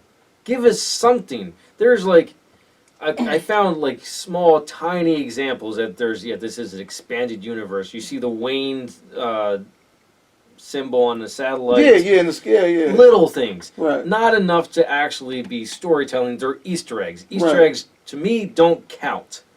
No. Have Bruce Wayne running through Metropolis in Man of Steel. Would have worked. Yes, and then just have Batman v Superman, not Dawn of Justice. Okay. Just have Batman versus Superman. That's a movie in and of itself. It would make tons of money because everyone knows who Batman and Superman is. Right. Or they could have went the other way. And they could have had Wonder Woman break them up and say there's a bigger threat, something like that, and then have Dawn of Justice, where it's the 3 of them. Right. Then they could fight. Not whatever the hell that thing was. They could, That was Doomsday. maybe quote actually unquote. fight Doomsday. That would be interesting. Oh God, are you kidding I don't me? know. Well, I don't know. Can you? The fucking animated movie was much better than BVS. You think they Can we could agree have on that? killed Superman in 3 movies? Because they did it in 2. Do you think you think it would have been effective in 3 No, or more? Because I've been overdoing it. All right. So then maybe They've been overdoing it. Not to mention, I don't know. I don't know enough about supervillains. Mhm. Oh no, Brainiac.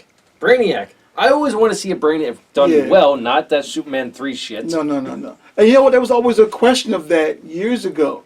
There was rumors, had it gone correctly, where he was going to face a Brainiac or Mixoplick. Monsieur Spitlick. That's what I said. God damn, that's what I said. Gabri's version breaks it up perfect. But- Mix, yes, That's what- spit, lick. Right. But here's the version. Now, here's everyone who's my age or older would get this. They wanted an actor named Dudley Moore to play. Sounds familiar. His best role known over here was Arthur. It was remade with Russell Brand, which wasn't good. But he was in a movie in 1981 called Arthur. Before that, he was the screenwriter for the original Bedazzled. Him and a guy named his buddy named Peter Cook. He was in a. He played the Brendan Fraser part in Bedazzled back in the day. He wrote it. Him and Peter Cook wrote it. Dudley Moore was a great actor, piano player, classical piano player, everything. Died years ago. That's another movie assignment for you, Arthur. Not the Russell Brand one. No. You want Dudley Moore, Sir John Gielgud. Good, funny movie. It's basically he's this millionaire who's drunk all the time. Because he's unhappy. His father tells him, "You're going to marry this girl, or I'm going to cut you off." $750 million. He'd be cut off, basically. So he has to wind up marrying this girl. He doesn't want to go. He has to, but he doesn't. He meets Liza Minnelli and wants to marry her. And it goes through the trials and tribulations of all that. But it's just his performance was so good because his character was just drunk at the time because he was just miserable. He'd be like, okay, he's driving to go get engaged and he's drinking. And then when he gets there, the butler of his future father-in-law says, "Will you give me a glass of scotch?" And he's drinking. Now, he's already been drinking on the way there. Or he's having another glass of scotch when he gets there. Then when they go out to the restaurant with the girl, he's drinking more. It's just like he just. But his whole performance, the whole movie was it was funny because of him. You could say romantic comedy if you want to go that route with it, but it was more about him. But I recommend Arthur. But yeah, Dudley Moore was always rumored to play Mixoplick if it was done right for Superman 3 back in the day. I don't know who you would get today, aside from just animating something and have Gilbert Gottfried do the voice again. Okay. That'd be amazing. I don't know how you can make an entire movie about it though. No, but I'm just saying. But that was the thinking. That was one of the ideas. Was Brainiac was one and Mixoplick. I don't know was why the they other. haven't done Brainiac. That's such a. I guess because they've done Zod twice already, and Brainiac is kind of like Zod because it's Not really because. it's Kryptonian technology. But Zod's okay, Kryptonian. That's so like make the him only. so make him a technology. Make him because Well, yeah. no, hear me out because I don't know if you saw this or not. The Super Friends cartoons in the late '70s, Brainiac was a bald-headed looking person. He looked like it was just bald and he just was. I got a new invention. So when they did it in the '80s, he looked more like a robot, like a cyborg-looking robot. And in the cartoon in the '80s, they showed that. In my previous form, I was this, that, and the third. And they showed an old picture, the way he looked in the '70s cartoon, but the voice was different. I am Brainiac. It was really watch it if you get a chance to look at it. Look at the way Brainiac looked in the '70s, the way he looked in the '80s, and then remember how he looked in Superman the animated series. He was kind of like that. But just the one in the '80s looked more like a hardcore cyborg, whereas Brainiac was just a mean robot. He looked more like a hardcore cyborg. Deeper stage. That was a deep story. That would be good. That would be real good. I think the episode in the animated series where Brainiac first comes to Earth, Mm-hmm. that could be extrapolated to a larger movie. Yeah. I think that. But you'd have to show some back scene of him coming here on Earth and been here the whole time or something. You know what I mean? Yeah, and if they, I don't know if Henry Cavill is going to be Superman anymore. Why but, not? I mean, I don't know. We should. God damn it, I Henry. don't know. I just don't know. But they already in Man of Steel. I think they had explained that Brainiac. They said that I think it's Brainiac. What?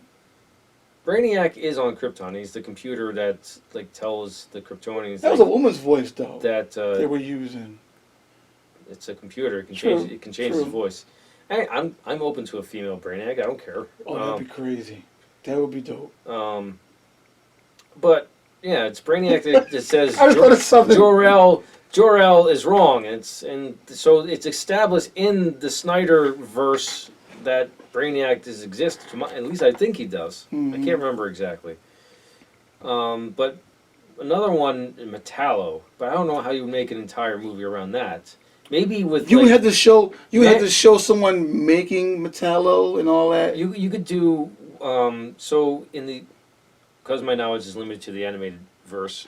So Lex Luthor hires hires Corbin to take out Superman, and then turns him into Metallo. Yes, without him knowing about it. You can do the same thing, but instead use Mannheim. He's just the gangster. Yeah, he's a gangster. Nah, yeah, why not? Because that can tie into Darkseid. Darkseid uses Mannheim as a pawn. Right. So you can Brainiac would never be used as a pawn. No. Like I'm that. saying Mannheim and Corbin work together. Oh, okay. Yeah. That could and then work. through the technology of Darkseid, he becomes Metallo. I like the idea of Lex Luthor. Wow, Lex Luthor. Jesus Christ. Doing that to Corbin. Oh, that's something I want to touch on. Mm-hmm. Okay. So, Jesse Eisenberg as Lex Luthor at the end of both versions. He's still there. You're right. Give me more of that.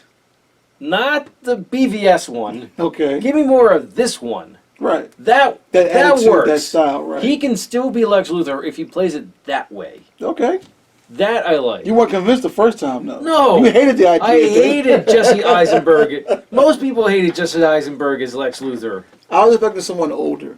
Because everybody wants a distinguished... They should just get Clancy Brown. He's already done it. He already looks it. From your lips to God's ears, baby. What can we say? Because like I said before, at this table, the rumor got so bad that it was Bryan Cranston. And it got so bad, the rumor got back to him and said, I'm not interested. He was like, I understand where it's coming from, but I'm not interested. Clancy Brown would still be a very, very good... Yeah, because you want Lex Luthor to be this distinguished businessman-looking type. Jesse Eisenberg's not intimidating. Not intimidating, no. He talks like it. He can be. Just like I said, at the end of both versions of Justice League, right. Give me that Jesse Eisenberg, Lex Luthor. And both, and I will say this, both Lex Luthors, Jesse Eisenberg and in the cartoon version, he'll have you do the dirty work. He don't get his hands dirty like that. If he does, it's very seldom. Right. So Jesse Eisenberg can talk that talk, whereas I don't have to shoot anybody. I'll get him to do it. You know what I'm saying? And that the works. one woman behind him was Mercy. I can't remember. She got killed. In BVS, she got killed. Oh, all right, never mind. I was shocked at that. I was like, what the fuck? Why'd you get rid of his top henchman or henchwoman? He always, and in cartoons, she was portrayed like that. Yeah. She was just like, he would leave her, or she like Superman saved her life because Lex left her, and she still opens the fucking door for him and drives him everywhere he got to go. It's like she ain't got no choice but to go anywhere. But they covered that in the cartoons, they covered that with her. I forgot what it was. It might have been Unlimited or something. They talked about it very briefly. Yeah, but they don't really explore it. That's the problem. Her character was explored more on Smallville than it was in the goddamn cartoons. Because she just came out of nowhere, but she was Lex's hand-picked successor to do shit. But in the cartoon, I'm just like, oh shit, she's still here? And that was it. Like, you never saw her no more. She's a dope character, but you just don't get it. And by the time you saw him at the end of the Snyder cut, she was, like I said, she was dead any fucking way, and he had just two hot chicks around him, whatever. So, but you want Lex Luthor to be this distinguished-looking businessman who was dirty.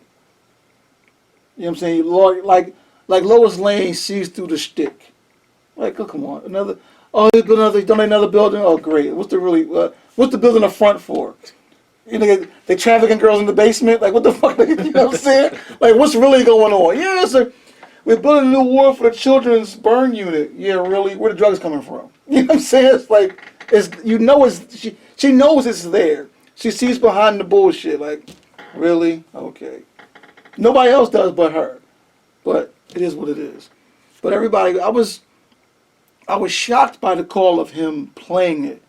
But I was like, okay, I get it. But they were going for some younger thing. I don't know. He's an adult, but you want... He's just not intimidating. That's right, the problem. and you want it is, he's an adult, but you still want a grown-ass man to play Lex Luthor. Because he's standing up talking to Superman. You see what I'm saying? He was like this, talking to Ben Affleck. Oh, we should partner on something someday. But he's like kind of like this to him, where he shouldn't be. He should be even with him. Or almost eye level, yeah. Yeah, you know what I'm saying? The way it was in the cartoons. Yeah. Sorry, Lex, I don't like guns. Tell you people at the Pentagon, I just don't have the imagination. And Lex, what the fuck? Let's get some money here. Like, no, Lex, I'm sorry. You know what I'm saying? So, like I said, the interpretations of animation and live action is two different things. I get that. And you can't please everybody. We understand that. But goddamn, give us a good story. So at least if the story is good, the casting doesn't look as bad. You know what I mean? Like, you got oh God, I'm not feeling this person. Well, okay. So Eisenberg was directed to act that way in course. BVS. But I'm saying they discuss all that in the meetings, how the character is going to play, how it should be played, or if it's wrong, like Hugh Jackman told the story, how he was playing Wolverine, he had never heard of a Wolverine animal before. And people were like, wait a fucking minute, you're from Australia and you've never heard this animal before? And he was playing it like a wolf. It's like, no, a Wolverine, it's different. Right. So if Hugh Jackman has to be told that, what the fuck? You know what I'm saying? This man, born and raised in Australia, would have every goddamn animal on the planet. Every weird animal on the planet. He's never heard of a Wolverine. I'm like, really? What high-rise building did he live in his whole life or something? Like, come on. So to hear him tell that story was just funny and weird. Like, really, cuz? Really? Wow. So the director told him, no, what are you doing? Like, it's not a wolf. It's actually a wolf, Look, see? Oh, shit, now I get it. You know what I'm saying? And look what happened. That made a career out of the character. His kid's education is paid for. It's paid for. Like, he doesn't have to lie about what his kids did or didn't do to go to college. You know what I'm saying? I know you're like, oh, God, he's on that with I don't even know what you're talking about. You know what I'm talking about? No. The chick used to play on Full House. Lori Loughlin and her husband. The biggest scam to get their children into college. No, I didn't hear about falsified grades, falsified activities. That's crazy. Yes. Oh, my daughter was on the crew team. She was in chess club. She did. Oh, the fuck she didn't. So, someone said, it was an article, someone said, to get Hugh Jackman to play Wolverine again, you're going to have to pull the Brinks truck to his house and just dump the fucking money in. That's all that's going to happen. Because he's just said, there's nothing we can, as far as he's concerned, it can't go any further. Yeah. I mean, everybody now is getting too old, and he probably doesn't want to go through all that. But the character is old anyway. Yeah, but he still has to be ripped. Okay. And he's dead now. Well, they did a flashback movie or something. Maybe. They've done that before. He's too old now, though. Wolverine's over 100 years old any fucking way. I'm talking Hugh Jackman. Okay. Dye his hair a little bit or put some gray in it on purpose or whatever. There's a makeup job that could be done there. No, there's reasons why there are a bunch of YouTubers saying it's like the end of a genre or end of a... Era. End of an era, yeah. So, I don't know. The only one I'd be like beating a dead horse at this point. You might be right. The one that sucked was, which one was it? The Wolverine? Which one sucked? Everyone hates Origins. That's the one that sucked. I have a soft spot for my heart for that I one. don't, because I'm not as familiar with the story, so that's why I have a soft spot for it. it sucked because of the Deadpool thing. And he even That does piss me off. People are like, that's what I don't understand. Why the fuck does this artistic licensing keep happening, or creative licensing thing keep happening, when you know how it's supposed to go? Hey, it got... That was terrible. But it got a hard correction. Yes, but it shouldn't have to. Ryan Reynolds cleaned up somebody else's mess. And had to clean up his own mess with Green Lantern. The scene where you go back in time and see the Green Lantern script. And you know what I'm saying? Like, that works. But it shouldn't have to go like that in the first fucking place. That character should have been done right the first fucking time. Wow. I don't know why the You're fuck. really angry about that. Yes, because it makes no sense. Just like Bane being the way it was in Batman and Robin. Why the fuck did y'all do that? Well, look at the new Star Wars trilogy. Mm-hmm. That's a mess. You have so much source material. Right. No, we're going to give the directors creative licensing. It's like, why? I don't know. Use a sort. They use tiny bits of the source material Right. in those movies. I don't understand, but here's the thing. I don't understand. You have a plethora of source material. Yeah, use it. So why, on God's green and blue earth, do you decide to take a character that everybody knows and loves a certain way and decide to make this tweak on it, and it doesn't work? It's not even a tweak. It's like a complete rewrite. Right. And when you do it, you have the nerve to wonder why everyone's mad at you because it doesn't work. It doesn't fucking work. We told you that. It's like me telling somebody, or you've been told as a child, not to do something. You get explained why you shouldn't do it. And the first chance you get, you do it anyway. And then you have the nerve to look surprised when your parents are mad at you. We explained it to you. So the writers who do that for the screenplay, when they make little choices like that, it pisses the average fan off because they know it's not supposed to go like that.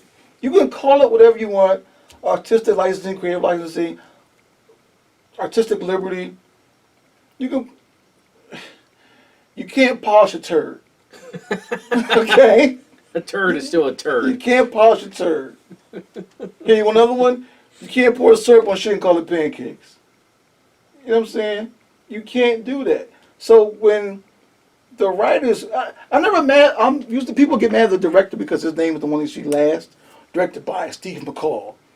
You don't want to get cursed out. Not the motherfucker who wrote it. Yeah. You get cursed out by the fans. You get hollered at by the fans. You get made fun of on Family Guy and American Dad and shit for letting it go. When you're supposed to be the director, you're supposed to have the final say on that. Yeah. It's supposed to go through you before it goes on camera. You're supposed to read this and say, wait a minute, what is this? And then you let it That's why go? I don't necessarily blame actors for the performances. The Right. director's got to do something. You can't just say act. Right. That's what I'm saying, but it comes through you. So you're the buck stops with you. It's fucked up, but it happens. The buck stops with you. Yep. Or you or the actor playing it, the main role or whatever. When the movie sucks, they blame somebody. It's never the writer. You can blame the writer in the back room or sit on the street and curse him out, but out in public, by the fans, you get blamed. It all falls on you. Especially if you're the star. If you're a star director or a star of this movie, it all comes down to you. It's fucked up, but that's what it is. And to cover it up, people say, well, that's what you get paid for. And the average man is mad at you because you got paid $20 million fucking dollars and you fucked this up. I'm busting my ass 40 hours a week down at the fucking plant. You know what I'm saying? And I don't make nowhere near what you make. But if I fuck up, I'll never hear the end of it. So, because you're the $20 million man, I'm going to get in your shit. Because I have a right to as a fan. Is it fair? No. But it all falls on you. It shouldn't, but it just does. Right. Not the one who wrote it. Steve, what is this? Oh, run with it, you're going to love it. And it comes out, and every critic across the country is like, are you out your fucking mind? Batman has been this way forever. Why would you do this now? Can you imagine if, like, if it had the title Batman, Mm-hmm. but it was nothing like Batman, Right. they would be crucified. You wouldn't The dare. fans would crucify them. Not to mention the Or screen. if they wanted, maybe, actually, Excuse me. that'd be pretty cool. I just thought of that. What? What if they did an origin story? Like, forget the whole. We know how he became Batman, but Right. what if part of this origin story, like year one or something like that, he's coming up with you see the different designs that he goes through. Right. Because Batman was red and black at some point, I think. Maybe certain I think that would be interesting. certain costumes here and there, whatever. That'd be interesting. Or like but you can't do the entire movie like that. That would probably No. piss people off. It's No. like, where's the gray suit? Where's the black But suit? it's funny you say because on Netflix there's Daredevil. He's not in the red suit at first. No? He's in black, like his own makeup, like his Right. own ski mask and shit like that. But then he gets the suit made by somebody. Right. I mean, So they that did works. do that in Batman Begins. Right. Because he's in, like, he's just wearing black with the ski Right. mask. Yeah. He has a And design they shit did it with himself. Deadpool. Because Deadpool's making costumes, trying to get it right. Right. Yeah. So it just, but yeah, it'd be interesting if you saw like actual first iterations of the Mhm. bat suit in a Batman movie. You might see that in this one. You can't Robert Pattinson one. you You might can't see make it, a it the little entire movie that way. bit. No, but the But Robert it'd be Pattinson one, interesting, you might see it that way. maybe. Because he's not, like I said, we don't know in this movie. Riddler is sending him clues to fuck with him. So it's like, so the question is, how long has he been Batman in this movie? You see what I'm saying? Michael Keaton, there was a bat, but nobody saw it at first. So you don't have an idea of how long Michael Keaton has been Batman. Yeah, it was just a rumor in Right. the beginning of the Michael Keaton one. Right. When they do the Christian Bale ones, you saw the origin. Like, okay, he's just getting started. So it's year one more or less type. But this one you don't know at all. Has he been Batman for a couple years? Has I'm he willing to just bet it's like maybe 5 years. probably? He's still relatively new at That's it. what I'm saying. But here's the Riddler killing people, leaving these clues for him. Right. So like, how long has he been in the game for Riddler to do that? Has he seen him on television? Says, I can get him. Has people have people? Or there be segments or parts of the movie where they talk about him on the news. Some criminal says, it was a giant bat, man, a giant bat. Like all freaking out like they did in the first one. They have to show that. Don't go Present writing this that. shit in the paper knocks. Right, exactly. And it's all true any fucking way. You know what I'm saying? But is there a 6-foot bat in Gotham City? Is there? We don't know. But according to Riddler in this one, he's leaving notes and clues to fuck with you. Because he thinks he can get you. Yeah. You're not my intellectual equal. You think you are, but you're not. And I'm going to prove it. I'm going to kill all these people and you won't be able to find me. Meanwhile, I'm in the fucking basement of a warehouse, plotting my next move like they always do. Right. So I'm curious as to how long he's been Batman. Because that one scene where he beats that guy up, all those kids have makeup on their face. One of them looked like Cyborg. One of them looked like Joker. It was weird the way they looked. I've only seen the trailer. Right. So someone said, are they Jokers? Are they this? We Yeah, don't that's know what I it heard. is. Is like could be the They Joker can't gang. be. They can't be Right. because It's- one of them looks like Cyborg. Yeah, just enough one side of his face looks like Cyborg. Huh. So they're not Jokers because there has to be a Joker first who has to get killed before a bunch of teenage kids put on makeup and run around with rubber chickens with spikes and shit on them and do all that kind of shit. Crazy. So you definitely got to put the cart before the horse on this one. And thanks to COVID-19, we have no fucking exact date on this shit. So that's the problem. Just give us a well-written story, people. Animate a live action. Give us a well-written story. We need that. We like the idea of that. Your wall proves it. Think about it. I know my uncle loved Star Trek. The first time he saw it, he said, I like that. That's something different. That's the future. They're going somewhere. He likes Star Trek. You know what he didn't like as much? He didn't like Deep Space Nine. Really? because he likes the idea of them going somewhere, Oh yeah. not just the station where I can everybody. see that. You see what I'm saying? Yeah. He liked the journey of it. You would think that, but they keep DS9 very interesting. My mother loved it. I love She loved it DS9. from beginning to fucking end. It's my favorite one. Yeah, so I get that. But that's a good story. Everyone comes to there to hang out, to refuel, get laid, whatever they gotta do at the station. It's all there. Whereas Star Trek, it's going somewhere. We're going. We're boldly going where no man has gone before. You know what I'm saying? Our 5-year mission, god damn, how long are we gonna get? What's the term for that? Space dementia?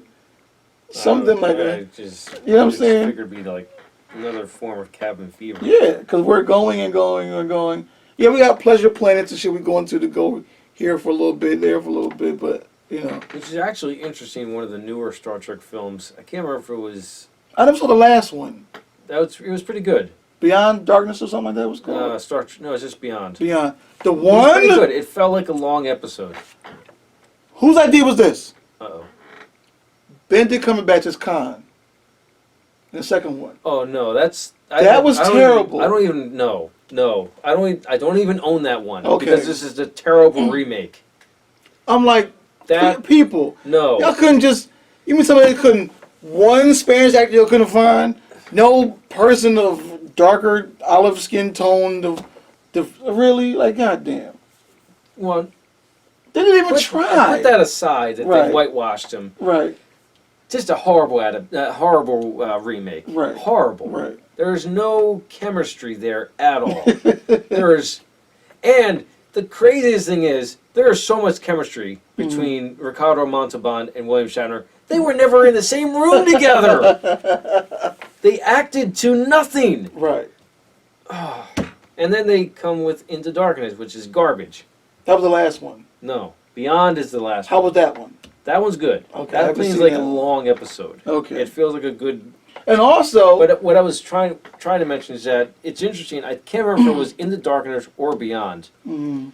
They actually show the fatigue of like the 5-year mission. Oh, really? Yeah, Okay. Yeah. it's pretty interesting. I Yeah. can't remember if it was Into Darkness or Beyond, but they show the fatigue of it. Yeah, I can imagine. And now, my old lady gets on me about this. Because why is it a big deal? But sometimes they just throw this stuff in there to be in line with the times, to satisfy a group of people, or it's just in there sometimes unnecessarily, just to prove a point. To prove a point. It doesn't have to be proven, but they do this. The guy who plays Sulu, Yeah. George Takei. Okay, George Takei, Or Takei. I can't remember. he's a homosexual, Yeah. correct? Oh, yeah. That's in Beyond. Right, I think. okay. Yeah, Beyond. Why is the character a Yeah, homosexual? He was first against that. I don't blame him. Yeah, because it's like, that's not how Roddenberry wrote him. No. Yeah. Now I understand little things like that. It's Yeah. like, come on, people. It wasn't necessary. We don't want to be hit on the head with these messages. Right. The character is not, because in Star Trek 5? No. That's the worst No. one. 6? 6 is Undiscovered Country. One of those, Sulu had a daughter. And he said, when did Sulu have a daughter? Oh, No, matter of fact. That is... No, that's Generations. Okay. So that's the one with Picard and Shatner. Okay. Yeah. No, there's the one, was it 5? Where Sulu is now captain of his own ship. 6. That's 6. I remember seeing it in theater and people was like, oh, they loved it. Because now he's the man, he's the captain of his own flight, as he should. The character has earned it. The character is not a homosexual. George Takei is homosexual. I got no problem with that. Yeah. But don't make a character homosexual that traditionally hasn't been. Why do they keep doing shit like? And then somebody else say, "Well, they make this character black." Or they make this. Sometimes, I said this before at this It table, just seems like they're trying to do to push the message. and they might also be trying to correct for in the past they had so many people playing another race that they aren't. Okay, I get that. Like, But at the same time, like I don't have a problem with it.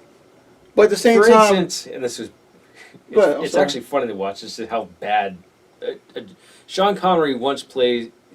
He has to go undercover as a Japanese guy yeah, what? Oh in a yeah, Bond movie. yeah, I remember that one. It's one of my favorite ones. You only live twice. It's just so horrible because he's just being Sean Connery. But he had to look the part. Yeah, for a little it's bit. so bad, and I think It worked back then, though. It worked. I think what they're trying to do is trying to correct for all the whitewashing of the past. But Even though there's still whitewashing going on. you can correct it, but don't overdo it on purpose. Yeah. Don't go out of your way to prove a point that you really don't have to prove. You don't have to. We Right. get it. But goddamn, the character is not a homosexual. Why did you throw that in there for what? What point does it prove? Where are you going with that? It proves nothing, Why do you- adds nothing. Yeah, why do you do it? That's a case of, okay, I see where you want to prove a point. You want to prove how, you want to show and prove how tolerant you are. Why are you feeling guilty? Why you feel guilty about it? You don't Right. feel guilty. Calm down. But even, so I don't understand when they, I don't understand why they do that at times. It's not called for. It's a small case, I know. But it's a small case of it ain't broke, why fix it? Even George Takei, you say George Takei, like, why would they do that? Yeah. Like, even he complained. He complained about it. Like, he knows nothing he can do about it, but Yeah. so his opinion, like, why would you do that? Yeah, why would you mess with the character? That's Right. not how the character was written. No. That's Now, granted, it was written way back when, but still. it is what it is, though. It's such a minute detail. Oh, shit. We're filming this during a storm, and Something's that light coming. fixture. Something wicked this way comes. But it's such a throwaway part of the movie. Right. I think it's at the end or something like that. I haven't seen it. But It's I remember like seeing 2 it. seconds. Right. And all it is a guy holding a baby. Holding a baby, and he meets up with Sulu. Sulu. That's it. Right. It could have been his brother for all we know. Right. That's how. They didn't push that though. Yeah, they didn't really push it. They didn't kiss or anything. Right. They're just 2 guys with a baby. Could have been his brother for all we know. But you know So that. how but much of a message were they really trying to Yeah. push? How much were they really trying to look? He's gay. You know that was funny because they did that in Superman the anime series. Yeah. There was this. What's the cop's name? Sawyer. I don't know. This blonde-haired, short-haired cop. I think her name is Sawyer. She gets hurt. I think it was a dark side. I think it was fucking with dark side or something happens, and she's in the hospital, and she wakes up, and this gorgeous woman wakes up. Hey you, oh hey yourself. It's like, oh shit, yeah, you get it. Like, okay, we got it. Now that was shocking for a afternoon cartoon, No, I can imagine. and we're talking over 20 years ago.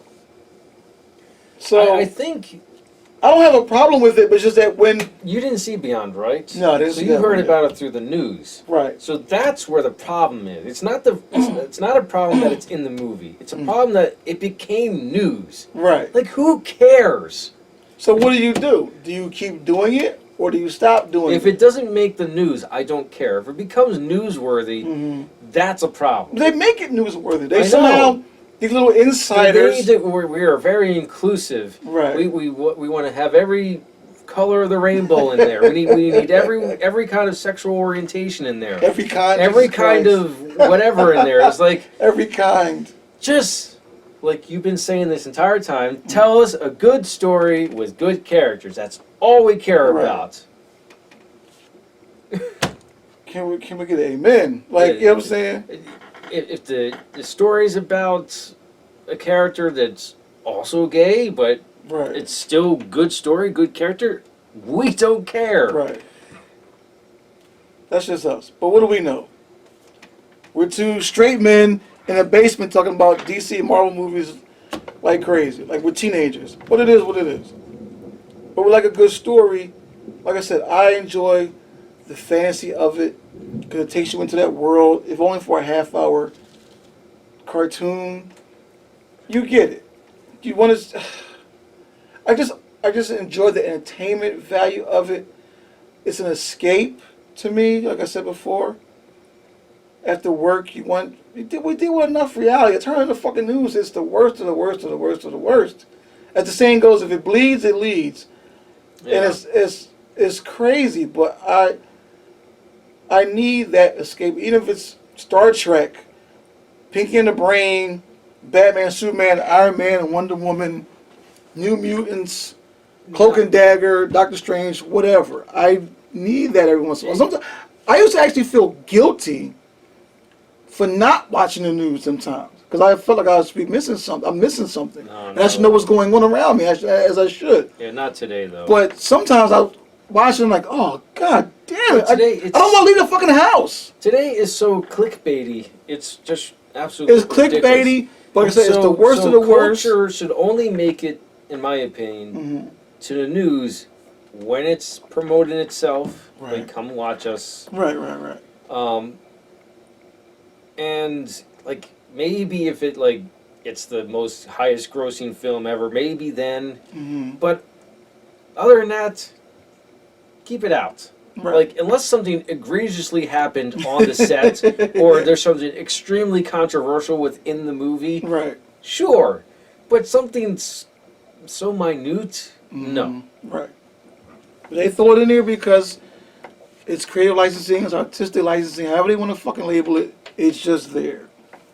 Don't do it for the sake of doing it to prove a point. I think they were trying to please Takei through that. Like, He didn't like it. yeah, but I think that was their idea. It was like, oh, well, the real person's gay. Why don't we actually make it? Why didn't you just fucking ask him then? Right. You know what I'm saying? Yeah. Like, just ask him. Don't do it after the fact. So we thought you would like it. Well, I don't fucking like it. Yeah, Like, I think that was their thought process. right. That was they thought wrong. Yeah, well, the actor and the character are two separate things. Jesus. Oh. Anyway, you know who does that the most? And I make fun of my aunt about this. The Hallmark Channel. Oh God. They will put not so much a gay character, but they will always throw something in a gay character or the interracial couple. They always throw that in there. And they always throw in the woman in the Hallmark movie always has a bakery, a cafe, or a candle making spot. Oh God. And the tagline for every fucking movie is, you can always come home again. That's what it's every fucking movie. It's always the girl who was from a small town, made it in the big city for a while. She gets divorced. She has to come back home because her business, she's out of business. Or she's caught her husband cheating on her. So she has to come back to her hometown. She comes back to the old high school boyfriend that got away. All this dumb shit. It's like, oh God. But that's people's escape who watch that. I mean, there's people that read romance books. Right. They need that escape. So I give them that. They need that. Smut. They need that escape. They need to see a happy ending. Yeah. No pun intended. They need to see. They need to see a happy ending where in this world it can be all good. And that's before you turn the fucking 11 o'clock news and see, oh God, what the fuck happened now? That's why I don't watch the mainstream news. I have alternative sources. What are those? YouTube. Oh, okay. There's good reporting on YouTube. There is. There's everything, a little bit of everything. But like I said, I need that fantasy world. Do I want to watch Star Trek? I watch Star Trek. Do I watch Pinky and the Brain? I watch Pinky and the Brain. Whatever it is, I just need that escape for a while. And it's just, I don't know. I'm worried that sometimes I used to worry about, am I watching too much fantasy? I wouldn't worry about that. Sometimes I call As myself. long as it's not like overtaking. No, it's not. But I was worried about that because I was real world. No. Right, because one time I was just scared to watch the news because I'm like, I don't want to see no more of this shit. But then I felt scared. I'm like, oh my God, this is so dumb. Because yeah, it's a lot of repetitive, like another shooting or something like that. But they also put a lot of stupid stuff in there. I can't even. But that's what it's for. I can't come up with an example, but they put some stupid, like, non-news in there, and they'll talk about it. But this isn't news, people. But that's why it's there to give you a little bit of everything and take your mind off it for a moment. You know it's there. You can't be blind to the fact of it, but it's there. But if we can take you away, which we do ourselves with a book, with television, with YouTube. Yeah, but if they actually reported on real news, we might actually get somewhere. It used to be people actually be informed. It used to be Calgon. That was YouTube. Take me away. You know what I'm saying? Calgon? It used to be an old shampoo or soap or something. It was always a woman in a tub or something. Calgon, take me away. And she wants to relax in the tub and all that. You know, have this big meditation spiritual moment where she's having an out-of-body experience because she's taking a bath in this great soap. All that type of shit. So now it used to be Calgon. Now it's YouTube. Take me away. I want to see car accidents. I want to see girls twerking. I want to see Pinky in the Brain cursing. I'm gonna watch that again when I'm watching it when I get home. That's funny. So the news can be what it is, but yet and still it's a story that has to be told. We don't like it, but it has to be told. So when we turn on Batman the animated series from any era, or Spider-Man, or watch Star Trek, or watch a movie that came out 30 years before we were even thought of, it's just an escape. You need that every once in a while. You can get a cast for your arm or leg, take an aspirin if your head hurts, but like Al Pacino said in The Son of a Woman, there's nothing worse than an amputated spirit. There's no prosthetic for that. And people try with drugs and alcohol, and it just makes the problem worse. So our prosthetic, in a way, for reality is this. It's these types of conversations. It's Lego movies. It's cartoons. It's science fiction television shows, or just any TV show, period, where it just takes you away for a while. It's a shame it has to be like that, but it is. Here's a cartoon reference in Superman the Animated Series where he thought Clark Kent was dead. And he tells his parents, I am Clark. I go crazy if I have to be Superman all the time. I go crazy. So he has to have the two personas, the one everybody sees and the one everybody has to see. It's like that with us, to me, anyway. You have to watch the news to stay informed, to know what you're supposed to know. But I really have to watch some cartoons sometime just to relax my fucking soul.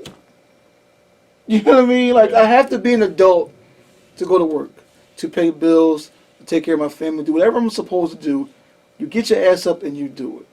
But I have to watch cartoons or watch YouTube or something, it's like I said, to relax my fucking soul. Otherwise, I will go crazy. There's a song from a group called, the name was Frankie Beverly, and his group was called Maze. And one of his hit songs is called Happy Feelings. And the part in the song, which I love, a line of the song goes, from deep in my soul, I wish you happy feelings. It's a dope song. It's a classic at this point. It's one of those songs that you could play at any backyard barbecue, especially in a black neighborhood. Trust me, it will liven up the party even more than it already does. And it already is. So we need that escape. I mean, look at this here. We got Star Wars mugs here. You know why? Because he's a grown-ass man that wanted to. Period. Look what I'm wearing. An X-Men fucking t-shirt. Every time I've been on this show with this man, I got a shirt on, a Transformer shirt, whatever. I need that escape sometimes. I don't give a fuck if you want to go to the beach and smoke a joint. I don't care when you sit on your porch and have a cigar. You need those little relaxing moments where you're not thinking about the trials and tribulations of the world and all the other complexing ironies, all the isms. You know what I'm saying? You need that. And that is this for us. It could be, I'm sure, there's two other people doing it right now anywhere on the planet. There's two guys in Australia right now waking up ready to do it. There's two kids in Asia ready to go fucking do it. Wherever. There's a black dude and a white dude in California right now get ready to do it. You know what I mean? It's some alternate universe that's probably going on right now. You know what I'm saying? I used to tease Austin about the Star Wars audiobooks. How all movies begin with a long time ago in a galaxy far, far away. I was teasing him. I said, "How do we know this didn't happen? How do we know this isn't happening right now? Because space is infinite. Yeah. We don't know what the fuck is going on out there. Right. So whether you believe in, if you don't believe in life on other planets, there's something wrong with you. I think you should. Because look at all the diverse life on this planet alone. Look at us. We're different. See? I'm not poisonous. He's not poisonous. Okay? I'm a black man. He's Irish. I can eat corned beef and cabbage. He can have fried chicken. It's not a problem. Okay?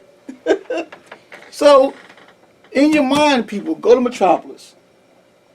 Go to Gotham. Go to Central City. Go to Seaboard City. Acme Acres. Go watch the kids at Acme University earn their tune degree. Their teaching staff's been getting last since 1933. How I know this song, I don't know. I'm sorry, I didn't mean to That's all right. rant and rave, but No, I need that. I think it's a good place to stop. Yeah. Okay. Well, a good message. Anything else? Well, no. Thanks for coming back on. Thank you for having me. If you want to continue the conversation with Walt, you can find him on Facebook at Walter Tisdale. If you like what you saw, like it. If you think other people will like it, share it. If you really liked it, hit the subscribe button. Thank you for watching and listening, and live your imagination.